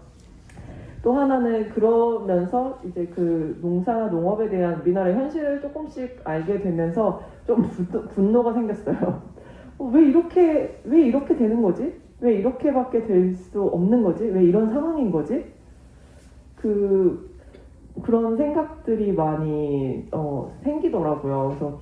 그래서 사실 이 책을 읽으면서 그 얘기 하셨잖아요. 그 소로가 월드에서 바구니 짜는 사람 왜 내 바구니 안 사줘? 약간 그런 얘기를 하면서 제가 약간 그 바구니 짜는 사람 같은 거예요. 왜 우리나라 왜 이런 거지? 근데 그냥 다 그렇게 살고 있는데 내가 지금에 와서 그거에 대해서 왜 이러냐고 화를 내도 소용이 없는데 자꾸 그런 마음이 들더라고요. 근데 네, 그래서 그런 생각이 들었고 그 다음에 또 들었던 생각 중에 하나는 제가 하고 싶은 게 무엇이든 내 삶에 연결이 제대로 되어 있지 않으면 그냥 하고 싶다 그런 마음으로는 계속 지속하기가 어렵다라는 생각이 들었고요.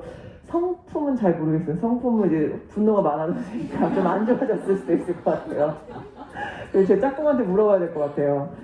가끔 그러거든요. 어떻게 그렇게 기복이 심하냐고 사람이 좋았다가 나빴다가 어쩔 수 없어요. 그냥 계속 그런데 그게 조금 더 심해진 것 같기도 하고 네 그래요.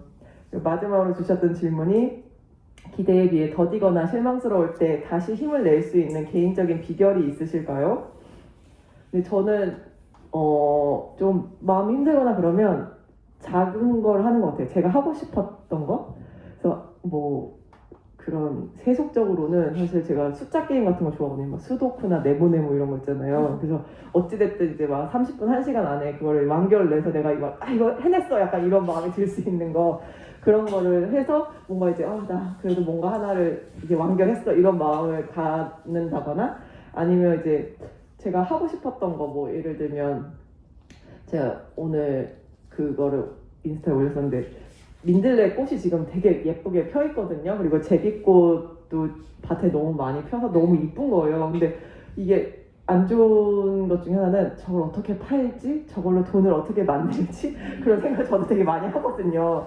근데 너무 예쁜데 이게 왔다 갔다 하는 거 너무 예쁜데 누군가 와서 저걸 봤으면 좋겠을 정도로 너무 예쁜데 진짜 누구나 아무나 와서 이거 좀 예쁘다고 같이 봤으면 좋겠다. 근데 그 사람이 왔을 때 돈이 되면 더 좋겠다. 막 이런 생각이 또 막 드는 거예요. 그래서 그러다가 이제 막 그런 거 뭔가를 해보려고 하다 잘 안 되면 그냥 그걸 제가 하고 놀아요. 그래서 뭐 제비꽃으로 시럽을 만든다거나 오늘은 이제 그 민들레랑 제비꽃을 따서 그걸 이제 꿀에 재워놨거든요. 그래서 나중에 거기 그 사람 외국 사람 블로그인데 디톡스에 좋다고 써있더라고요. 그래서 그래 나나 디톡스 하자 막 이러면서 이제 그런 걸 막 만들었는데 그래서 그냥 제가 좋아하는 거, 제가 재밌는 거 그런 것들을 소소하게 해서 그 재미를 추구하는 것 같아요. 그래서 아까 작가님이 하신 얘기랑도 좀 연결이 되는 것 같아요. 그냥 남들의 기대에 맞추는 성공이 아니라 그냥 나만의 재미를 추구하는 약간 그런 거라고 해야 될까요? 그래서 사실 저는 그런 것도 있거든요. 시골 내려가서 농사 짓는 거 고민하기 전에 도시에서 계속 살까? 여행 갔다 와서 도시에서 계속 살까? 농사를 지금 살까? 고민을 되게 많이 했었는데 그때쯤에 뭐 IPCC 보고서인가 거기서 1.5도가 올라가면 지구가 어떻게 되고 근데 이제 그게 머지 않았고 2030년이면 더 이상 돌이킬 수 없이 온도가 올라가 버린다 그런 얘기가 막 신문 기사에 한동안 났었어요. 그래. 2030년도에 같이 망한다면 그 전에 해보고 싶은 걸 해야지. 약간 그렇게 마음을 좀 저질러 버린 것도 있었거든요. 그래서 그냥 남들은 어떻게 볼지 몰라도 그냥 저 재밌는 거를 하면서 제 마음을 다독입니다. 네. 그래서 이렇게 또 저희의 대화를 조금 나눠봤고요. 제가 또 몇 가지 질문을 또 만들어 온 게 있는데요. 그 작가님 글 중에 꿈이 삶을 가로막을 때라는 제목의 그 챕터가 있었어요. 그 제목도 너무 좋은데 거기서 이제 무언가를 포기한다고 삶이 포기되는 것은 아니다라는 부분이 있었거든요. 근데 그런 말들이 이제 포기라는 말은 우리가 너무 부정적인 어감이 있잖아요. 포기라는 것이 가진 뉘앙스가 뭔가 내가 잘 못해서 내가 실패해서 약간 이런 느낌이 너무 강해서 사실 뭔가 견디게 되지 포기하기가 쉽지 않은데 그 작가님의 포기는 지금까지 한 일은 물론 미래의 가능성도 종결시킨다라는 말이 저는 너무너무 와 닿았어요. 그래서 집에 있는 책을 정리하는 것도 그 책을 내가 앞으로 읽어야지 이런 가능성 자체를 포기하는 거다. 그런 말도 되게 내가 그래서 책을 못 버리는구나 그런 생각도 좀 들기도 했고요. 제 친구 중에 한 명이 얼마 전에 그런 글을 썼더라고요. 그만둘 때인가 버틸 때인가. 그만둘 때인데 버티고 있는 건 아닌가. 그걸 보고서 저도 너무 충격을 받은 거예요. 그러니까 회사 생활 하거나 뭐 일을 할 때도 조금 힘들어도 조금 버티는 것이 너무 당연했고 그랬는데 그거를 이제 말로 이렇게 글자로 써놓으니까 그게 그만둘 때인데 버티고 있으면은 안 되는 거잖아요. 그만둘 때는 그만둬야 되는 때인데 그런 생각을 하고 있다가 작가님 글을 읽으니까 그럼 우리가 버틸 때라는 게 진짜로 있는 걸까? 그런 생각이 들더라고요. 그래서 그거에 대해서 혹시 좀 해주실 얘기가 있을지. 뭔가를 내가 이제 지금 그만둘까 말까를 이제 고민하는 이제 순간이 오잖아요. 그 올 때 그 답은 이미 이게 두 가지예요. 내가 이걸 그만둘까? 뭘 할까? 하지 말까? 할 때 사실 답은 또 소로식으로 얘기하면 이미 정해져 있어요. 이미 내 마음도 정해져 있고 상황도 정해져 있고 다 정해져 있기 때문에 뭐 이런 얘기 하잖아요. 그냥 사실은 따지고 보면 주사위 던져갖고 해도 사실은 뭐 엄청 고민해갖고 내가 신중하게 한 거랑 뭐 결과가 다르지 않을 거라는 걸 사실 저는 믿거든요. 그럼 뭐 나는 인생을 왜 사냐 이러죠. 근데 거기에 그게 있는 거예요. 내가 지금 왜 하루하루 안 힘든 날이 없어요. 사실 따지고 보면. 그런데 그 힘든 거에도 모든 게 다 똑같은 이유로 똑같은 방식으로 힘들지 않거든요. 그러니까 그거를 역시 다시 한번 관찰하고 탐구해보는 게 유일하게 저는 내가 할 수 있는 일인 것 같고, 그래서 사실은 내가 버틸 때이냐 뭔가를 뭐 해야 되냐 그만두냐라고 해야 될 때 이제 항상 또 하나 이제 두 번째는 뭔가 믿는 구석이 있어야 되잖아요. 여기서 믿는 구석이 뭐냐면 미래의 나를 믿으면 돼요. 미래의 나는 어떤 식으로 할 거냐면요. 그 인간은 그러니까 자기 합리화의 천재예요. 그거는 마치 이건 뭐 심리학자들이 얘기했는데 우리의 T 세포 이제 우리 많이 알게 됐잖아요. 하듯이 이 정신에도 이 면역 세포가 있어서 우리 자신을 보호한단 말이에요. 내가 너무 이런 한심한 결정을 했다니 이런 생각을 안 하게 만들어줘요. 우리 미래의 내가 어떻게든지 그때 그게 나는 잘했어. 근데 그 잘했어가 포기를 했어도 나 미래의 내가 포기하길 잘했어 라고 분명히 해줄 것이고, 버텼어도 그때 버티길 잘했지 라고 미래의 내가 해줄 거예요. 그러니까 이제 미래의 나를 믿는 거죠. 분명 이거는 저는 확실하게 믿습니다. 인간의 거의 본성에 가깝기 때문에. 약간 본인의 자존감보다 주변 사람을 믿으라는 것처럼 그렇죠. 네, 뭔가 지금의 나보다 미래의 나를 믿으라는. 네, 항상 보험이 있어야 되거든요. 근데 사실 보험금 타지 않아도 그냥 있는 것 자체가 가장 중요한 이유잖아요. 그러니까 미래의 나를 믿으면 그 미래의 나는 어차피 항상 미래에 있기 때문에 또 걱정 없습니다. 네. 그 미래의 나는 지금이 아니라 미래에 있기 있으니까. 때문에 네, 감사합니다. 네. 그리고 계속 얘기하시면서도 자존감이 그렇게 뛰어난 사람이 아니고 나는 그렇게 대단한 사람이 아니다 막 이렇게 얘기를 하시지만 지금 여기 이렇게 이 내신 책이나 이 문장에 이렇게 많은 사람들이 마음을 와닿아하고 이렇게 즐거워하고 있는데 그 이런 지금 상황에 대해서는 또 어떻게 생각하시는지도 좀 궁금해요. 아, 그러니까 저는 사실 좀 솔직히 좀 거친 말로 얘기하면 좀 황당해요. 황당한 게 제가 원래 이랬거든요. 이런 얘기 하잖아요. 사람이 이 옷의 유행이 돌기 때문에 내가 지금 옷을 계속 붙들고 있으면 결국에는 이제 또 맞는 거예요. 이게 관역을 이게 시계도 멈춘 시계가 하루에 2번은 정확하게 시간이 맞는다는 것처럼 이게 이제 제가 이제 어렸을 땐 열심히 살아야 되고 뭔가 최선을 다하고 그런 정말 시대가 제가 뭐 48살 뭐 이렇게 되는데 너무나 세상이 정말 제 자신도 믿겨지지 않을 정도로 많이 바뀌었어요. 근데 그 시대가 이제 온 거예요. 제가 어디서 들었는데 글쓰기를 잘하려면 내가 쓰는 스타일을 계속 쓰고 있으면 내가 죽기 전에 그때가 오면 베스트셀러 작가가 된다는 거예요. 그래서 그거를 막 쫓아가기보다는 그냥 계속 쓰고 있다가 그냥 오래 살기를 기대하면서 계속 써라 뭐 이런 얘기를 들었는데 정말 맞다고 생각을 했거든요. 그래서 이제 저는 뭐 제가 뭘 잘 쓰고 뭐 이랬다기도 사실은 저는 정말 이 농사 짓는 분에 대한 정말 이렇게 몇 번을 말했는데 너무나 신기해요. 저는 못하는 일이니까. 근데 글도 이 시대가 저는 이제 이 바뀌고 있는 어떤 시점에 있다고 저는 생각을 하는 거예요. 그러니까 여기서 자본주의 얘기를 계속하지만 자본주의가 계속 물어이어가면 아까 처음에 말했듯이 인간이 반대의 것을 요구하듯이 자본주의가 물어이어가면 반대의 것이 이제 이 요구가 되거든요. 그래서 우리가 자녀 교육을 할 때나 혹은 내가 당장 무슨 부동산 투자를 할 때나 뭐 주식 투자를 할 때나 항상 이 세상이 어떻게 바뀌는지를 우리가 궁금해 하잖아요. 그럴 때 사실은 가장 좋은 지표는 내가 정말 원하는 걸 알면 사실은 전문가보다도 이 세상이 어떻게 바뀌는지를 알 수 있어서 부동산 뭐 무슨 재테크 내도 이용할 수도 있고 뭐 내가 뭐 무슨 패션을 입는 데도 도움이 되고 머리 스타일도 그렇고 네 그렇습니다. 그러니까 네, 그 부동산을 사실 때도 이게 누군가 나중에 이걸 살 것 같은 그렇죠. 그런 곳을 사셨다고. 네. 근데 되게 그 말도 와닿았던 게 저희가 이제 귀농할 곳을 찾아서 여기저기 다닐 때 이렇게 그런 상담해 주시는 분이 그 얘기를 하세요.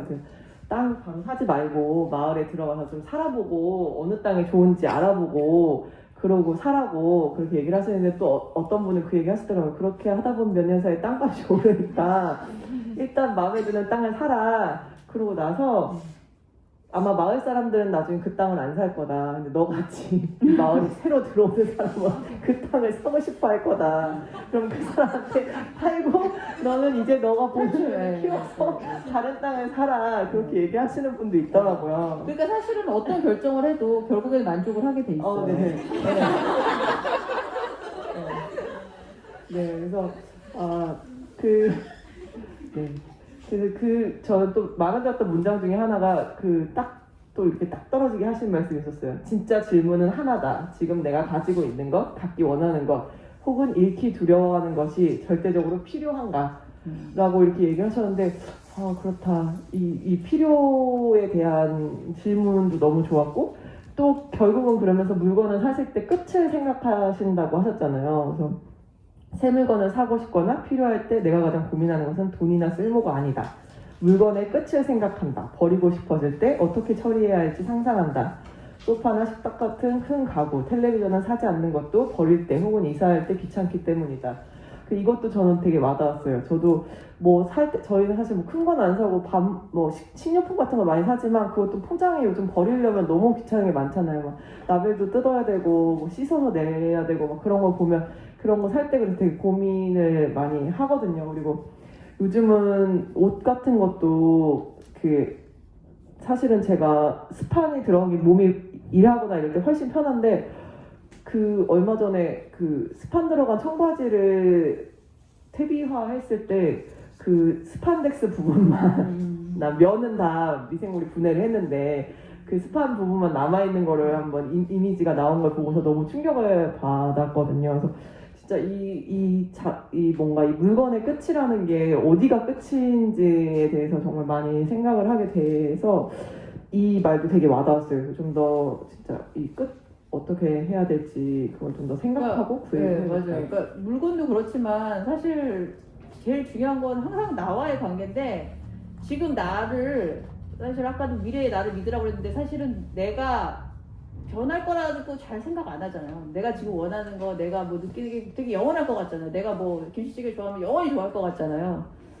그거를 좀 버리는 습관이 좀 들었으면 좋겠어요. 그러니까 제가 책에 뭐 이 커피 끊고 뭐 커피를 뭐 안 마시려고 하고 뭐 이런 안 마시게 되고 뭐 이런 얘기를 썼는데 술도 안 마시게 되고 이렇게 썼는데 지금 생각을 해봤더니 그때는 막 되게 나 알코올 중독자인가 어떻게 술 끊어야 되나 뭐 이런 고민 되게 많이 했거든요. 근데 그때 신나게 먹을 걸 뭐 이런 생각이 드는 거예요. 그래서 뭐 이거는 뭐 사람마다 이제 다른 거죠. 뭐 끊어야 되는 사람도 있고 있는데 이 제가 이제 하려는 얘기는 그 내 자신도 변하고 맥락도 변하고 다른 사람도 변하고 다 변해요. 근데 우리는 이게 되게 지속될 것처럼 믿거든요. 그러니까 이제 불안해지고 뭐 이러는 건데 그게 이게 뭐 영원하지 않다는 거. 그러니까 물건도 내가 뭐 이거를 그러니까 물건을 안 가져와야 된다는 얘기는 아니거든요. 네. 그리고 나라는 정체성이 되게 단단한 것이 그렇죠. 아니라 이렇게 예. 흘러가는 약간 맞아요. 맥락이 예, 안에 예. 있다는 예, 사실은 뜻이죠. 제일 많이 변하는 게 나은 것 같아요. 이 주변 환경보다도. 그런 것 같아요. 네. 네. 저도 예전에 그 한창 투블럭 하고 다니시는 분들 보고서 너무 해보고 싶은 거예요. 그래서 제가 마흔이 되기 전에 마흔이 너무 못할 것 같은 거예요, 그 머리를. 그래서 마흔이 되기 전에 한 2주 정도 남았을 때 미용실에 가서 아주머니한테 여기를 한번 이렇게 밀어달라고 그랬더니 저희가 또 시골 마을인가 아줌마가 그런 머리 없어요 이렇게 하더라고요. TV에 많이 하고 다니는데요 그랬더니 그런 머리 없다고. 그래서 한참을 설득해서 이제 그 머리를 했었는데 그걸 생각해보면 저는 그 전까지는 제가 그 머리를 절대 할 수 없을 거라고 막 생각을 했었거든요. 근데 그러고 나니까 그게 편해서 이제 계속 그러고 다니거든요. 근데 하여튼 어느 순간에 이렇게 탁탁 넘어가는 그런 순간들이 있는 것 같아요. 뭐 절대 할 수 없을 거라고 생각하는 거를. 네, 그리고 이제 아무래도 제목이 숲속의 자본주의자여서 더 이제 마음이 와닿는 부분도 있었을 것 같기도 해요. 저도 그랬고, 이 자본주의라는 게 어떻게 보면 저는 이제 환경 문제에 관심이 많은데 그런 사람한테는 자본주의가 이제 모든 것의 흉악한 원흉인 것 같은데 이 숲속의 자본주의자 하면 뭔가 이렇게 목가적이고 평화로운 느낌이 들면서 이게 도대체 어떻게 이야기를 풀어나가려고 하시는 걸까 이런 궁금증도 되게 많이 들게 하는 제목이었던 것 같거든요. 근데 글을 읽으면서 이제 그 자본주의자라는 자본주의에 대한 얘기 부분이 평범한 개인이 아무리 덜 쓴다 한들 삶을 충만하게 하는 일들로 채워진 일상을 살 수 있게 해준 것은 인류 역사상 자본주의밖에 없었다라고 하셨어요. 근데 저는 약간 계속 이 질문을 정리하다 보니까 제가 이 자본주의에게 이런 아름다운 환상을 주는 것을 용납할 수 없는 저의 욕망을 제가 목격을 했는데 뭔가 이게 아니라는 얘기를 계속 하고 싶은 마음이 막 들더라고요. 작가님 이건 이런 거 아닌가요? 막 계속 물어보고 싶은 마음이 있었는데 사실은 자본주의 안에서도 어떤 사람들은 자기가 삶을 충만하게 하는 일들로만 일상을 구성하지 못하는 경우가 되게 많잖아요. 오히려 당장 이제 하루하루를 위해서 음식을 위해서 나가서 일을 해야 되는 사람도 있고 실제로 지금 이 세계에도 굶어 죽는 사람들 한국에서 굶어 죽는 사람도 존재하고 있는 현실이니까요. 그래서 지금 어떻게 보면 내가 적게 일하고도 내가 충분히 뭔가를 가지고 있다면 내가 가지고 있는 뭔가를 만들고 있는 그 사람의 노동의 가치보다 내가 적게 일하는 나의 노동의 가치가 좀 더 비싸게 쳐지고 있기 때문은 아닌가 약간 그런 생각이 스쳐갔고요. 또 제가 이걸 준비하다가 우연히 이제 TV에서 그 유발 하라리의 사피엔스라는 책을 그 물리학자 어떤 분이 읽으신 설명하는 그 프로그램이 나오는 거를 봤어요. 그래서 저는 이제 어려운 책은 잘 안 보는데 농사관련 책만 보고 근데 그거를 보면서 제 귀에 딱 들어왔던 게 거기에 농업혁명은 역사상 최대의 사기라고 하시면서 평균적인 농부는 평균적인 수렵 체질인보다 더 열심히 일했으며 그 대가로 더 열악한 식사를 했다라고 하던데 그래서 저는 순간 생각을 해본 거예요. 취직하는 삶을 사시지만 농업혁명 이전에 모두가 다 같이 채집 수렵을 했던 그 시절에는 그렇게 몸이 망가질 정도로 노동을 하지 않는, 농사일을 하지 않는 그런 일상은 아니었을까, 약간 그런 상상을 잠시 해봤고요. 시애틀 쪽이 아까 아메리칸 인디언들이 살던 지역이라고 이제 저희 시작하기 전에 잠깐 얘기를 나눌 때 얘기를 해주셨는데, 저도 아메리칸 원주민들이 그런 글 같은 걸 되게 좋아하는데, 그분들의 어떤 전통적인 수렵 채집의 방식, 그런 삶이 되게 나름 충만했다고 생각을 하는데, 본인들이 느끼기에 그렇다고 쓰시니까 그거는 또 어떤 부분에서 자본주의와는 상관이 없는 부분들인 거잖아요. 그래서 그거에 대해서는 또 어떻게 생각하시는지, 혹시 연관해서 생각해 보신 적은 없는지 좀 그러니까 궁금했어요. 자본주의의 문제를 우리가 다 알고 있잖아요. 정말 착취가 있고 여전히 굶고 있는 사람이, 그러니까 굶고 있는 사람이 문제가 아니고 어떤 사람은 너무 배가 부른데 굶고 있는 사람이 어떤 그게 문제인 거죠. 자본주의 문제가. 그러니까 그 문제는 당연히 있는데, 제가 이제 만약에 면죄부를 줬다고 느껴졌다면 이런 것 같아요. 우리는 이제 자본주의가 문제야 이렇게 하잖아요. 마치 자본주의라는 어떤 악이 있어서, 만약 그게 무슨 거대 기업에 마치 그러니까 어떤 우두머리가 있어서 그 사람이 우리를 계획을 해갖고 너 착취를 해 이런 것 같은데, 찾아보면은 없거든요. 예를 들면 무슨 미국 거대 기업의 대주주들이 그런 것인가? 그럼 그 사람들은 어떻게 그런 파워를 얻었지? 그리고 생각해보면 우리가 물건을 사기 때문이거든요. 그리고 물건을 우리가, 물론 그 사람들이 광고나 이런 게, 그것도 자본주의 문제죠. 광고를 통해서 우리가 사도록 하고 욕망을 부추긴다고 하지만, 그 사람들은 우리를 사실 연구를 하거든요. 우리의 마음, 그러니까 일반 사람들의 마음을 연구해서 그 욕망을 하는 거예요. 그래서 저는 이제 자본주의 문제라고 했을 때에는, 거기에는 저는 나는 문제가 아닌데 라는 게 들어있다는 생각이 드는 거예요. 그래서 오히려 나한테 면죄부를 주려고, 그러니까 마치 나는 저기 어디 거대 기업의 주주들이 문제고 무슨 미국이 문제고 이렇게 그 사람들이 문제가 아니라는 게 아니고, 이제 내 생각을 하는 거죠. 나는 문제가 없는데 저 사람들이 이래가지고 이 세상을 이렇게 만드는 것인가? 물론 일부 맞는 말이 있죠. 그러니까 그 사람들도 우리의 일부인 거예요. 그래서 나와 그들, 그 악한 것과 나는 착한 사람인 거를 구분해서는 나는 아무것도 할 게 없는 거죠. 그러면 내가 뭘 해서 이 세상을 바꿀 수 있느냐? 물론 없다고 보는 게 현실적으로 맞죠. 근데 여기서 다시 이제 원래 얘기로 돌아가요. 아무것도 할 수 없는데 여전히 나에게 어떠한 책임이, 어느 정도인지 모르겠지만 책임이 있다면, 이제 그때 드디어 뭐라도 행동을 할 수 있는 거예요. 왜냐면 이제 난 마음이 가볍거든요. 내가 뭘 해도 안 바뀔 거야 라고 해서 아무것도 안 할 수도 있지만, 사실은 아무것도 안 바뀔 거기 때문에 나의 책임이 만약 작다면 뭔가 할 수 있어 라는 거죠. 그러니까 이 얘기를 하면 항상 재밌는 게, 제가 물건을 사니까 이제 자본주의를 더 이제 연료를 주는 거니까 문제고, 내가 뭔가를 안 사면 너 그러다가 다 굶어 죽는다. 너처럼 너 안 사면 다 굶어 죽어 너 때문에. 그럼 그래도 문제고. 그래서 저는 그냥 충실하게 내가 생각했을 때 하는 거를 일단 이제 행동에 옮기자. 가볍게. 왜냐면 이래도 문제일 거고 저래도 문제일 거고, 이래도 세상은 안 바뀔 거고 저래도 세상은 안 바뀔 거고, 하지만 나는 행동을 한다. 더 가볍게. 그런 거죠. 네. 또 다른 질문이 있었나요? 생각했어요. 네, 감사합니다. 지금 뭔가 얘기를 하려고 생각을 하고 있다 작가님이랑 눈이 마주치는 사이에 머리가 하얗게 지워졌어요. 네, 생각이 나면 얘기를 드리고요. 오늘 이제 그 사전에 신청하신 분들 중에 질문을 주신 게 몇 가지가 있었어요.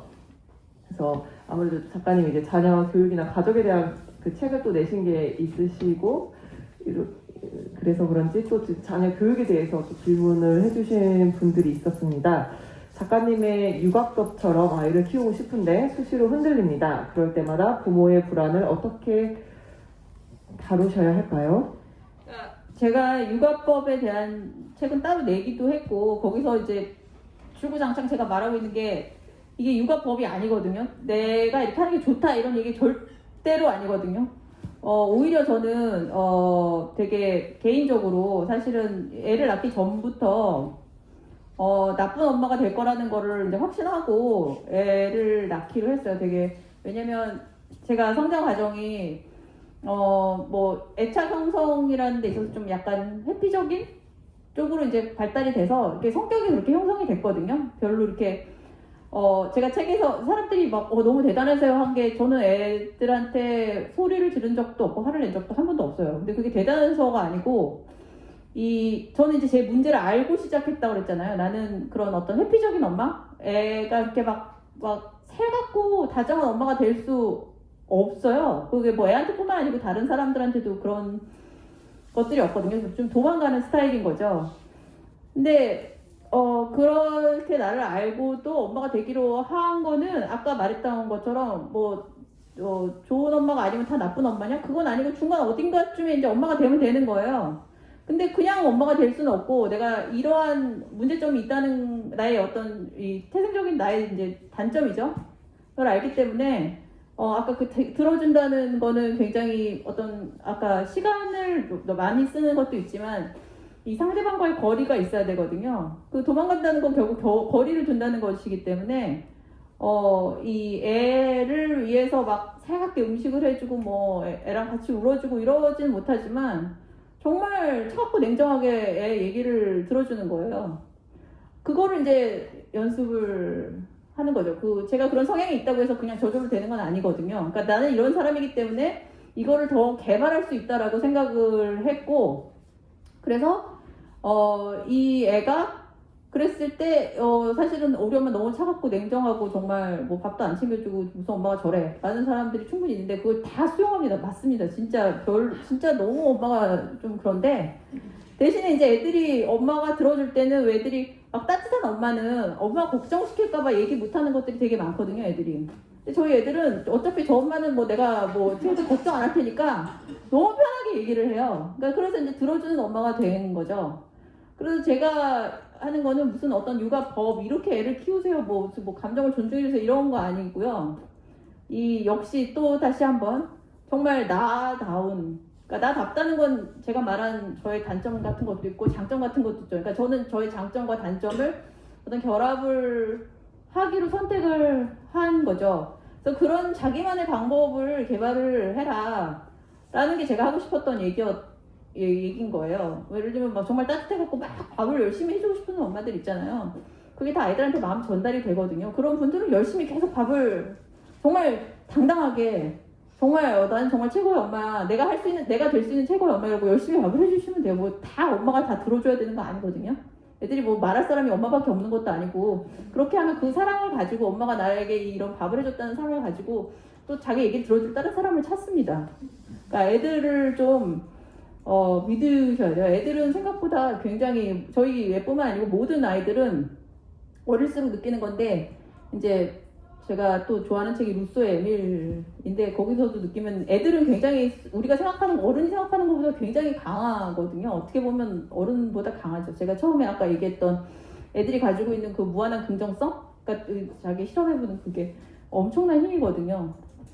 그거를 좀 믿으셨으면 좋겠어요. 이 애들이 엄마를 굉장히 봐줍니다. 이 엄마가 이런 엄마면, 그러니까 아까 말했던 식으로 이 엄마가 즐거워야 되고 엄마가 굉장히 나 자신에 대해서 충실한 그 자체를 배우는 거기 때문에 내가 애한테 뭐 A를 가르치고 수학을 가르치고 국어를 가르치고 뭐 어떤 자존감을 가르치고 이거는 사실 별로 효과가 없어요. 결국 관계를 만들어 나가는 거라고 생각을 합니다. 그러니까 불안을 흔들립니다. 뭐 흔들리셔도 돼요. 그 흔들리는 과정을 대신에 과정이라고 생각해 주셨으면 좋겠어요. 그러니까 제가 뭐 어느 날 하루 나는 뭐 회피적인 성향이 있고 난 잘 들으니까 잘 들어야지 딱 이렇게 되는 게 아니거든요. 그 과정을 이렇게 그 과정 자체에서 즐거움을 느끼셨으면 좋겠습니다.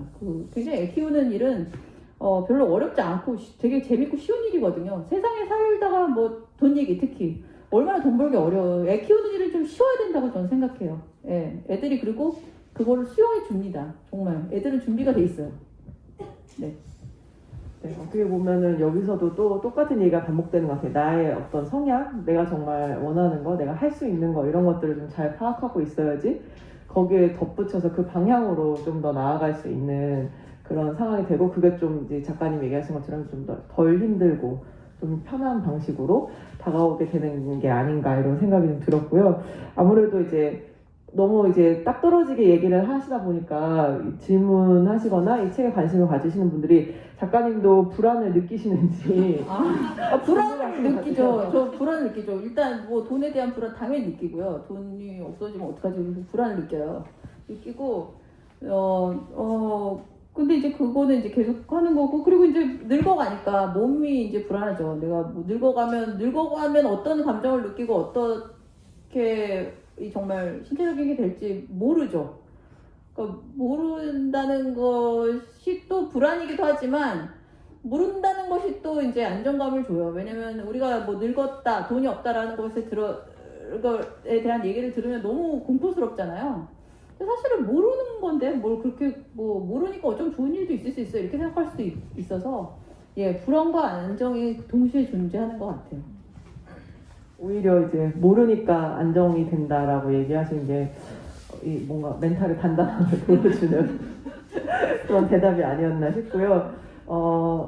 하나만 더 얘기를 드리자면 지금까지의 삶의 기간 동안 중에 현재의 삶에 어느 정도 만족을 하시냐는 질문이 저는 아주 대단히 만족하는 이유가 아직도 이렇게 살아있다는 것 자체로 정말 진심으로 그러니까 뭐 죽지 않았다는 것도 물론 그렇지만 꽤나 멀쩡하게 자기에 대한 기준이 좀 낮거든요. 그냥 되게 멀쩡하잖아요. 제가 뭐 남한테 피해를 많이 뭐 줬겠지만 어쨌든 누가 피해 당했다고 저한테 뭐 이렇게 달려드는 사람도 없고 예. 저는 굉장히 살아 있어서 정말 좋습니다.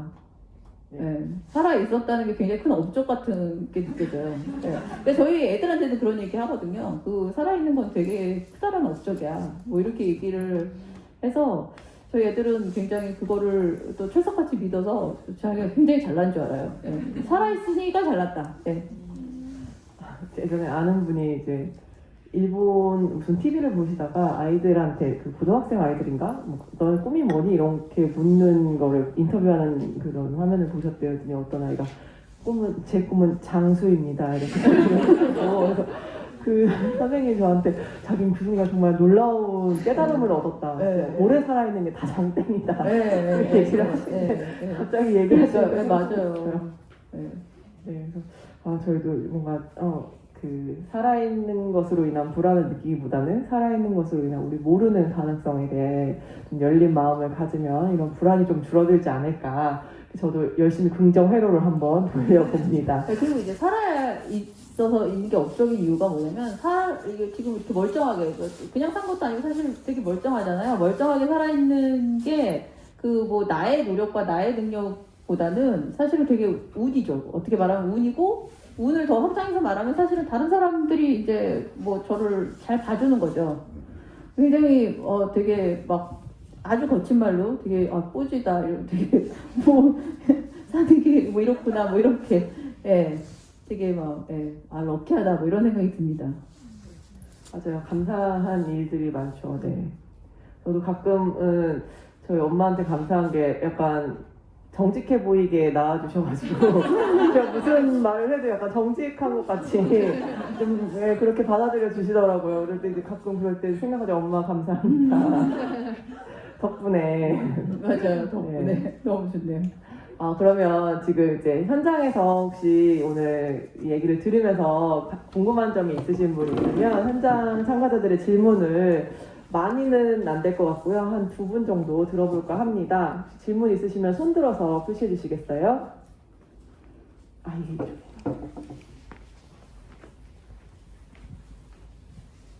저는 오늘 이 자리에 온 게 되게 기적과 같은 일인데요. 제가 작가님 신간 오히려 최첨단 가족을 읽으면서 너무 작가님 만나고 싶다 막 아이한테 막 그랬어요.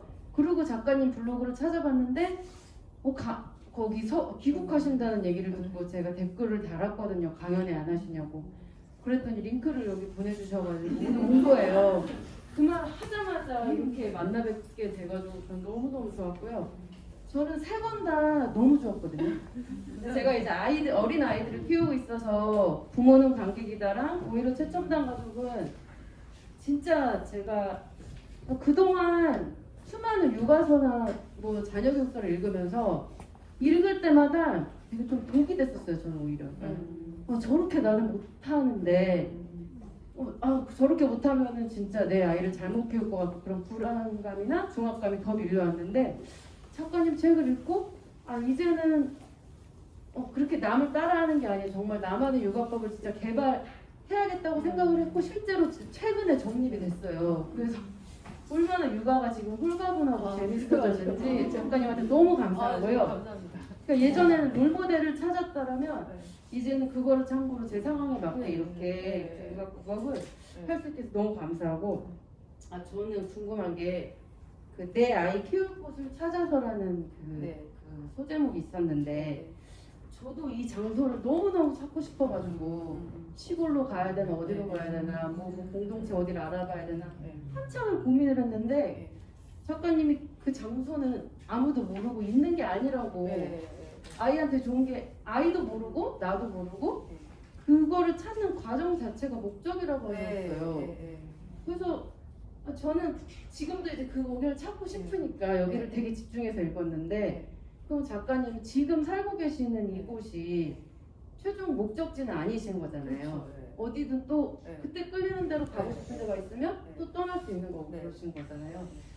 그러면 이 과정 자체가 목적이란 말이 좀 뭔지 어떤 목적을 가지고 그 살 곳을 찾고 해야 되는지 좀 궁금해요.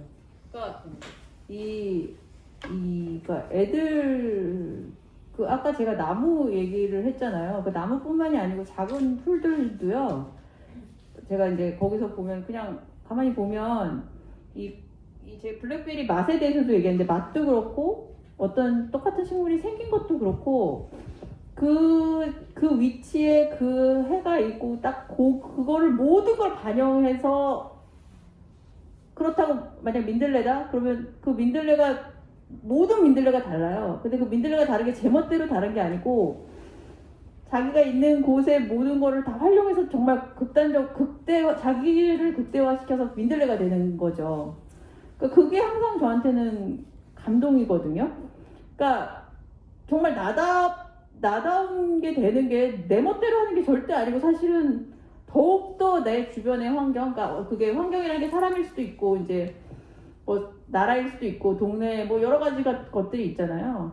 그거를 충분히 이해하고 알아서 이제 그거는 어떤 끝이 없는 거죠. 이 환경에 내가 주어진 환경이라는 게 뭐 무슨 딱 정해져 있는 게 아니잖아요. 그걸 내가 얼마만큼 수용할 것이냐는 사실은 끝이 없는 과정이거든요.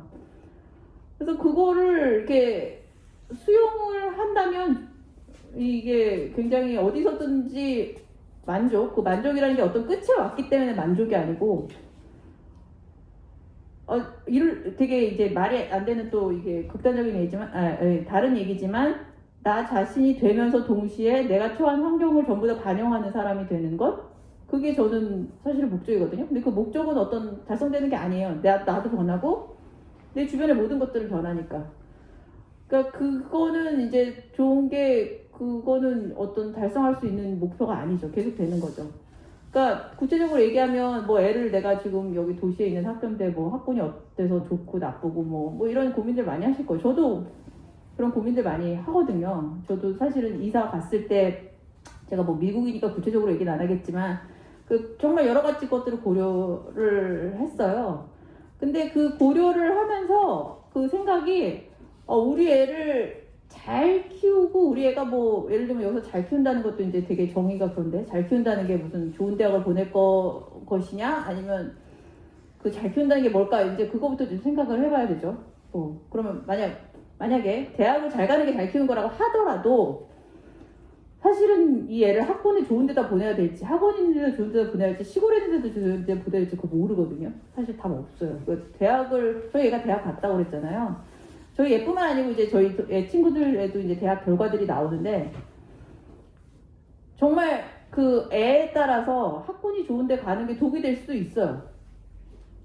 그 그거를 이제 알아가는 과정이죠. 그러니까 나를 반영하고 나다운 사람 내가 돼야 되니까 거기 꼭 있어야 된다 이런 건 아닌 거예요. 근데 그거를 좀 찾아가야 돼요, 정말. 그러니까 자기가 인생의 주인공이고 이 세상에서 제일 중요한 사람은 나고 그 다음에 이제 내 자식이잖아요. 그거를 이제 찾아가는 과정인 것 같아요. 그러니까 뭐 학군 만약에 대학을 보내는 게 목적이라 하더라도 이게 정답이 아니에요. 그 학군이 좋은 데나 뭐 학원을 가고 이게 정말 애들마다 달라요. 그 학군이 좋은 데에서 일단 뭐 다들 아시겠지만 내신이 불리하잖아요. 내신의 불리함을 겪고라도 이 좋은 애들이 있는 영향이 애한테 더 중요한 것인지 아니면은 남이사 뭐라고 하든지 말든지 난 혼자 공부하는 애라면 그거 흘린지하고 자기가 좋아하는 거에 그걸 찾아가는 애라면 사실은 학군이 좀 나쁜 데 가서 뭐 혼자서 열심히 공부하고 왜 쓸려가면서 공부하는 사람 있잖아요. 그런 애들한테 학군이 중요하겠죠. 근데 그런 게 아니라면 내신에 유리한 이거 똑같거든요. 미국도 내신이 되게 중요하기 때문에 시골에서 하면 내신이 훨씬 더 수월한 점이 있죠. 그러니까 이거 굉장히 간단한 예인데도 그래요. 그러니까 이거를 아이의 그 성품 예를 들면 애들이 선생님과의 관계 뭐 아이들과 어떤 관계를 맺는 애인지 그거를 보면서 이제 어떤 게 맞는지를 찾아가는 게 사실은 되게 재미있는 일이에요. 네. 그러다 보면 좀 적응이 되는 부분도 있고 그런 것 같아요. 네.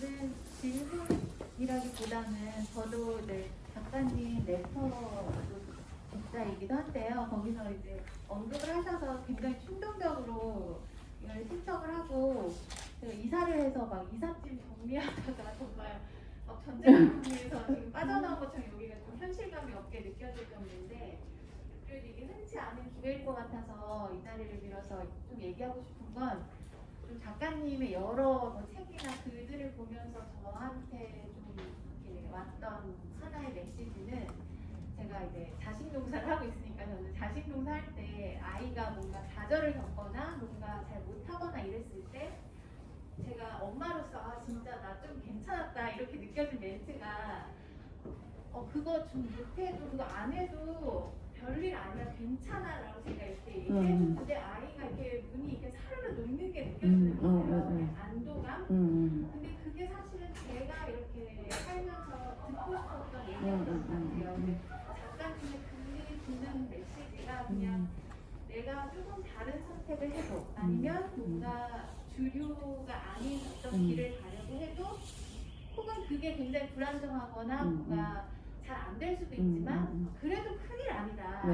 좀 그런 메시지를 저한테 다 주는 글들이 저는 흐름으로 보여서 그게 제 삶에도 굉장히 좀 큰 영향이었고 또 그런 메시지를 제가 받다 보니까 오히려 이런 곳에 제가 와서 지금 앉아 있는 곳에서 내가 좋아하는 걸 탐색해주는데 적극적으로 행동하게 하는 오히려 반대적으로 좀 그런 게 되는 것 같아서 좀 지금 굉장히 의미 있는 글과 뭐 이런 걸 쓰고 계시다는 얘기를 그래도 이런 자리를 빌어서 독자로서 하고 싶었고요. 너무 감사합니다.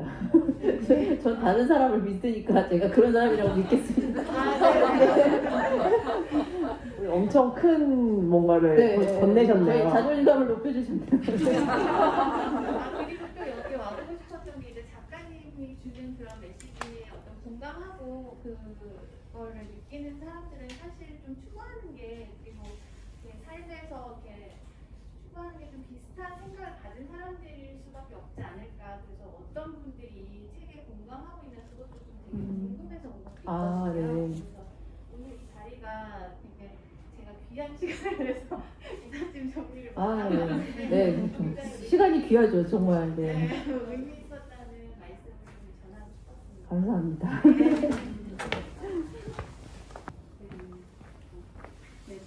제가 궁금한 점은 정말 작가님은 자족하고 향리하는 삶을 실천적으로 하시고 있는 분 같은데 그러니까 작가님이 내적인 동기는 무엇이고 작가님을 움직이게 하는 뭐 이렇게 삶을 살게 하는 그리고 글을 쓰고 싶지 않을 때도 있는데 글을 쓰게 하는 그렇게 할 수 있는 내적인 동기가 따로 있는지 종교인이라면 종교인한테 있을 텐데 작가님한테는 그것이 재미인가 아니면 뭘까 이게 조금 궁금했어요.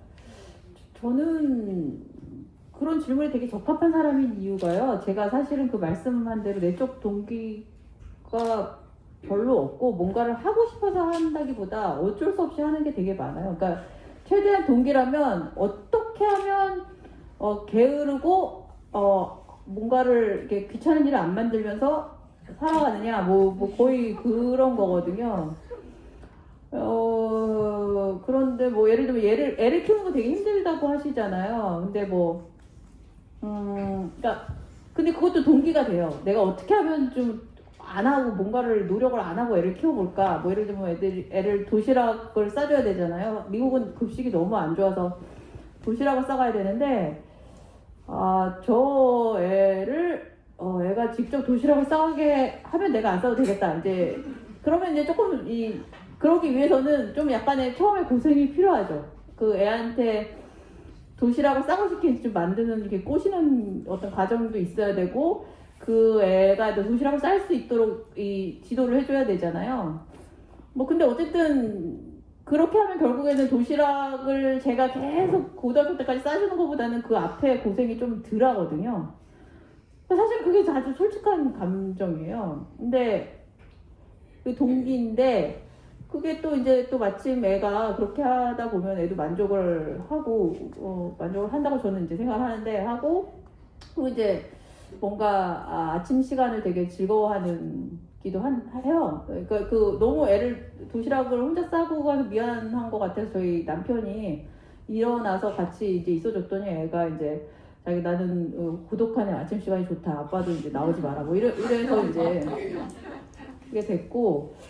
그러니까 그 내적 동기 되게 질문이 좋았는데 저는 되게 좀 시시한 얘기를 하고 있는데 왜 그러냐면 제가 아까 마지막에 얘기했던 것처럼 우리가 살아있는 생명이잖아요. 그러면 뭐 이게 나 게을러서 정말 하기 싫어 조차도 동기가 되고 그 살아있는 존재는 좀 다 뭔가를 하게 돼 있어요. 그러니까 너무 내가 동기를 막 부여해서 하려고 하지 말고 좀 시간을 천천히 하는 사람, 뭔가 일 안 하는 사람은 또 뭔가를 하고 있는 거거든요. 그러니까 우리 그런 얘기 하잖아요. 아무것도 안 하는 것도 사실 하는 거거든요. 그러니까 살아있다는 걸 믿으시면 이렇게 종교이시고 나의 미래의 나를 믿으시고 살아있음을 믿으시고 아이를 믿으시고 나 자신을 믿고 다른 사람을 믿으시고 다른 사람을 네, 뭐 종교처럼 그렇게 되네요. 네, 믿습니다. 네, 믿습니다. 네, 그러면 혹시라도 오늘 정말 난 이 말을 안 하면 집에 가서 잠을 못 잘 것 같다 이렇게 막 가슴속에 끓어오르는 한마디가 있으신 분이 있다면 마지막으로 이야기를 들어보고요. 없으시다면 제가 한번 해볼게요. 예. 오늘 너무 좋은 말씀 많이 해주셔서 감사합니다. 다름이 아니라 저도 요즘 저에 대해서 되게 고민을 많이 하고 있어요. 제가 어떤 걸 좋아하는 사람이고 뭐 어떤 사람일까 이런 생각을 하는데 이 책을 읽으면서 느꼈던 게 이런 생각을 정립하시기까지 얼마나 단단한 과정이 있으셨을까 이런 생각이 들더라고요. 그래서 작가님께서는 이런 답의 해답을 좀 본인의 해답을 찾아가실 때 그런 방법이 좀 있으셨는지 도움이 될 만한 뭐 계기라든지 그런 것들이 있으셨는지가 좀 궁금합니다. 계기는 그냥 아까도 말했지만 세상이 사실은 저는 이 바뀐 게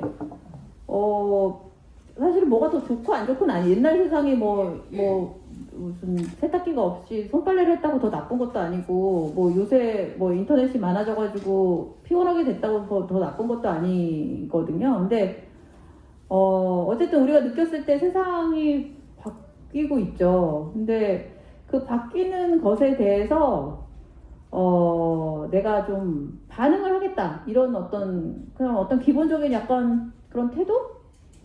예. 그래서 이 세상이 바뀌는 게 이게 나에게 좋게 되려면 어떻게 해야 될까? 뭐 이런 것들이죠. 그러니까 뭐 이제 사람들이 뭐 이렇게 직장 생활을 하고 뭐 이렇게 하다가 왜 그만뒀느냐? 제가 무슨 의지력을 갖고 계기가 있어 딱 그만둔 게 아니고 주변을 돌려봤더니 세상이 그런 식으로 바뀌어가는 거예요. 다 뭐 명예퇴직하고 그러면 그래 명예퇴직 어차피 해야 되는구나. 그러면 그걸 걱정해보다 그래 그럼 나도 명예퇴직을 먼저 하자 뭐 이런 거죠. 그러니까 그런 좀 반응에 좀 충실한 것? 뭐 이런 것 같아요. 그러니까 좀 다시 한번 말씀드리는데 좀 가볍게 좀 내 자신을 가볍게 그리고 그럼에도 불구하고 이 세상에서 제일 중요한 사람은 나죠. 네. 감사합니다. 감사합니다. 자신이 제일 중요하고 하지만 저희는 미래에 나가 모든 것을 합리적으로 이유를 붙여줄 거라고 믿으며 네, 오늘의 나를 위해서 선택을 하시면 되겠습니다. 네, 오늘 이렇게 그 작가님 모시고 이야기 나누는 시간을 여기서 마무리를 하도록 하겠습니다. 지금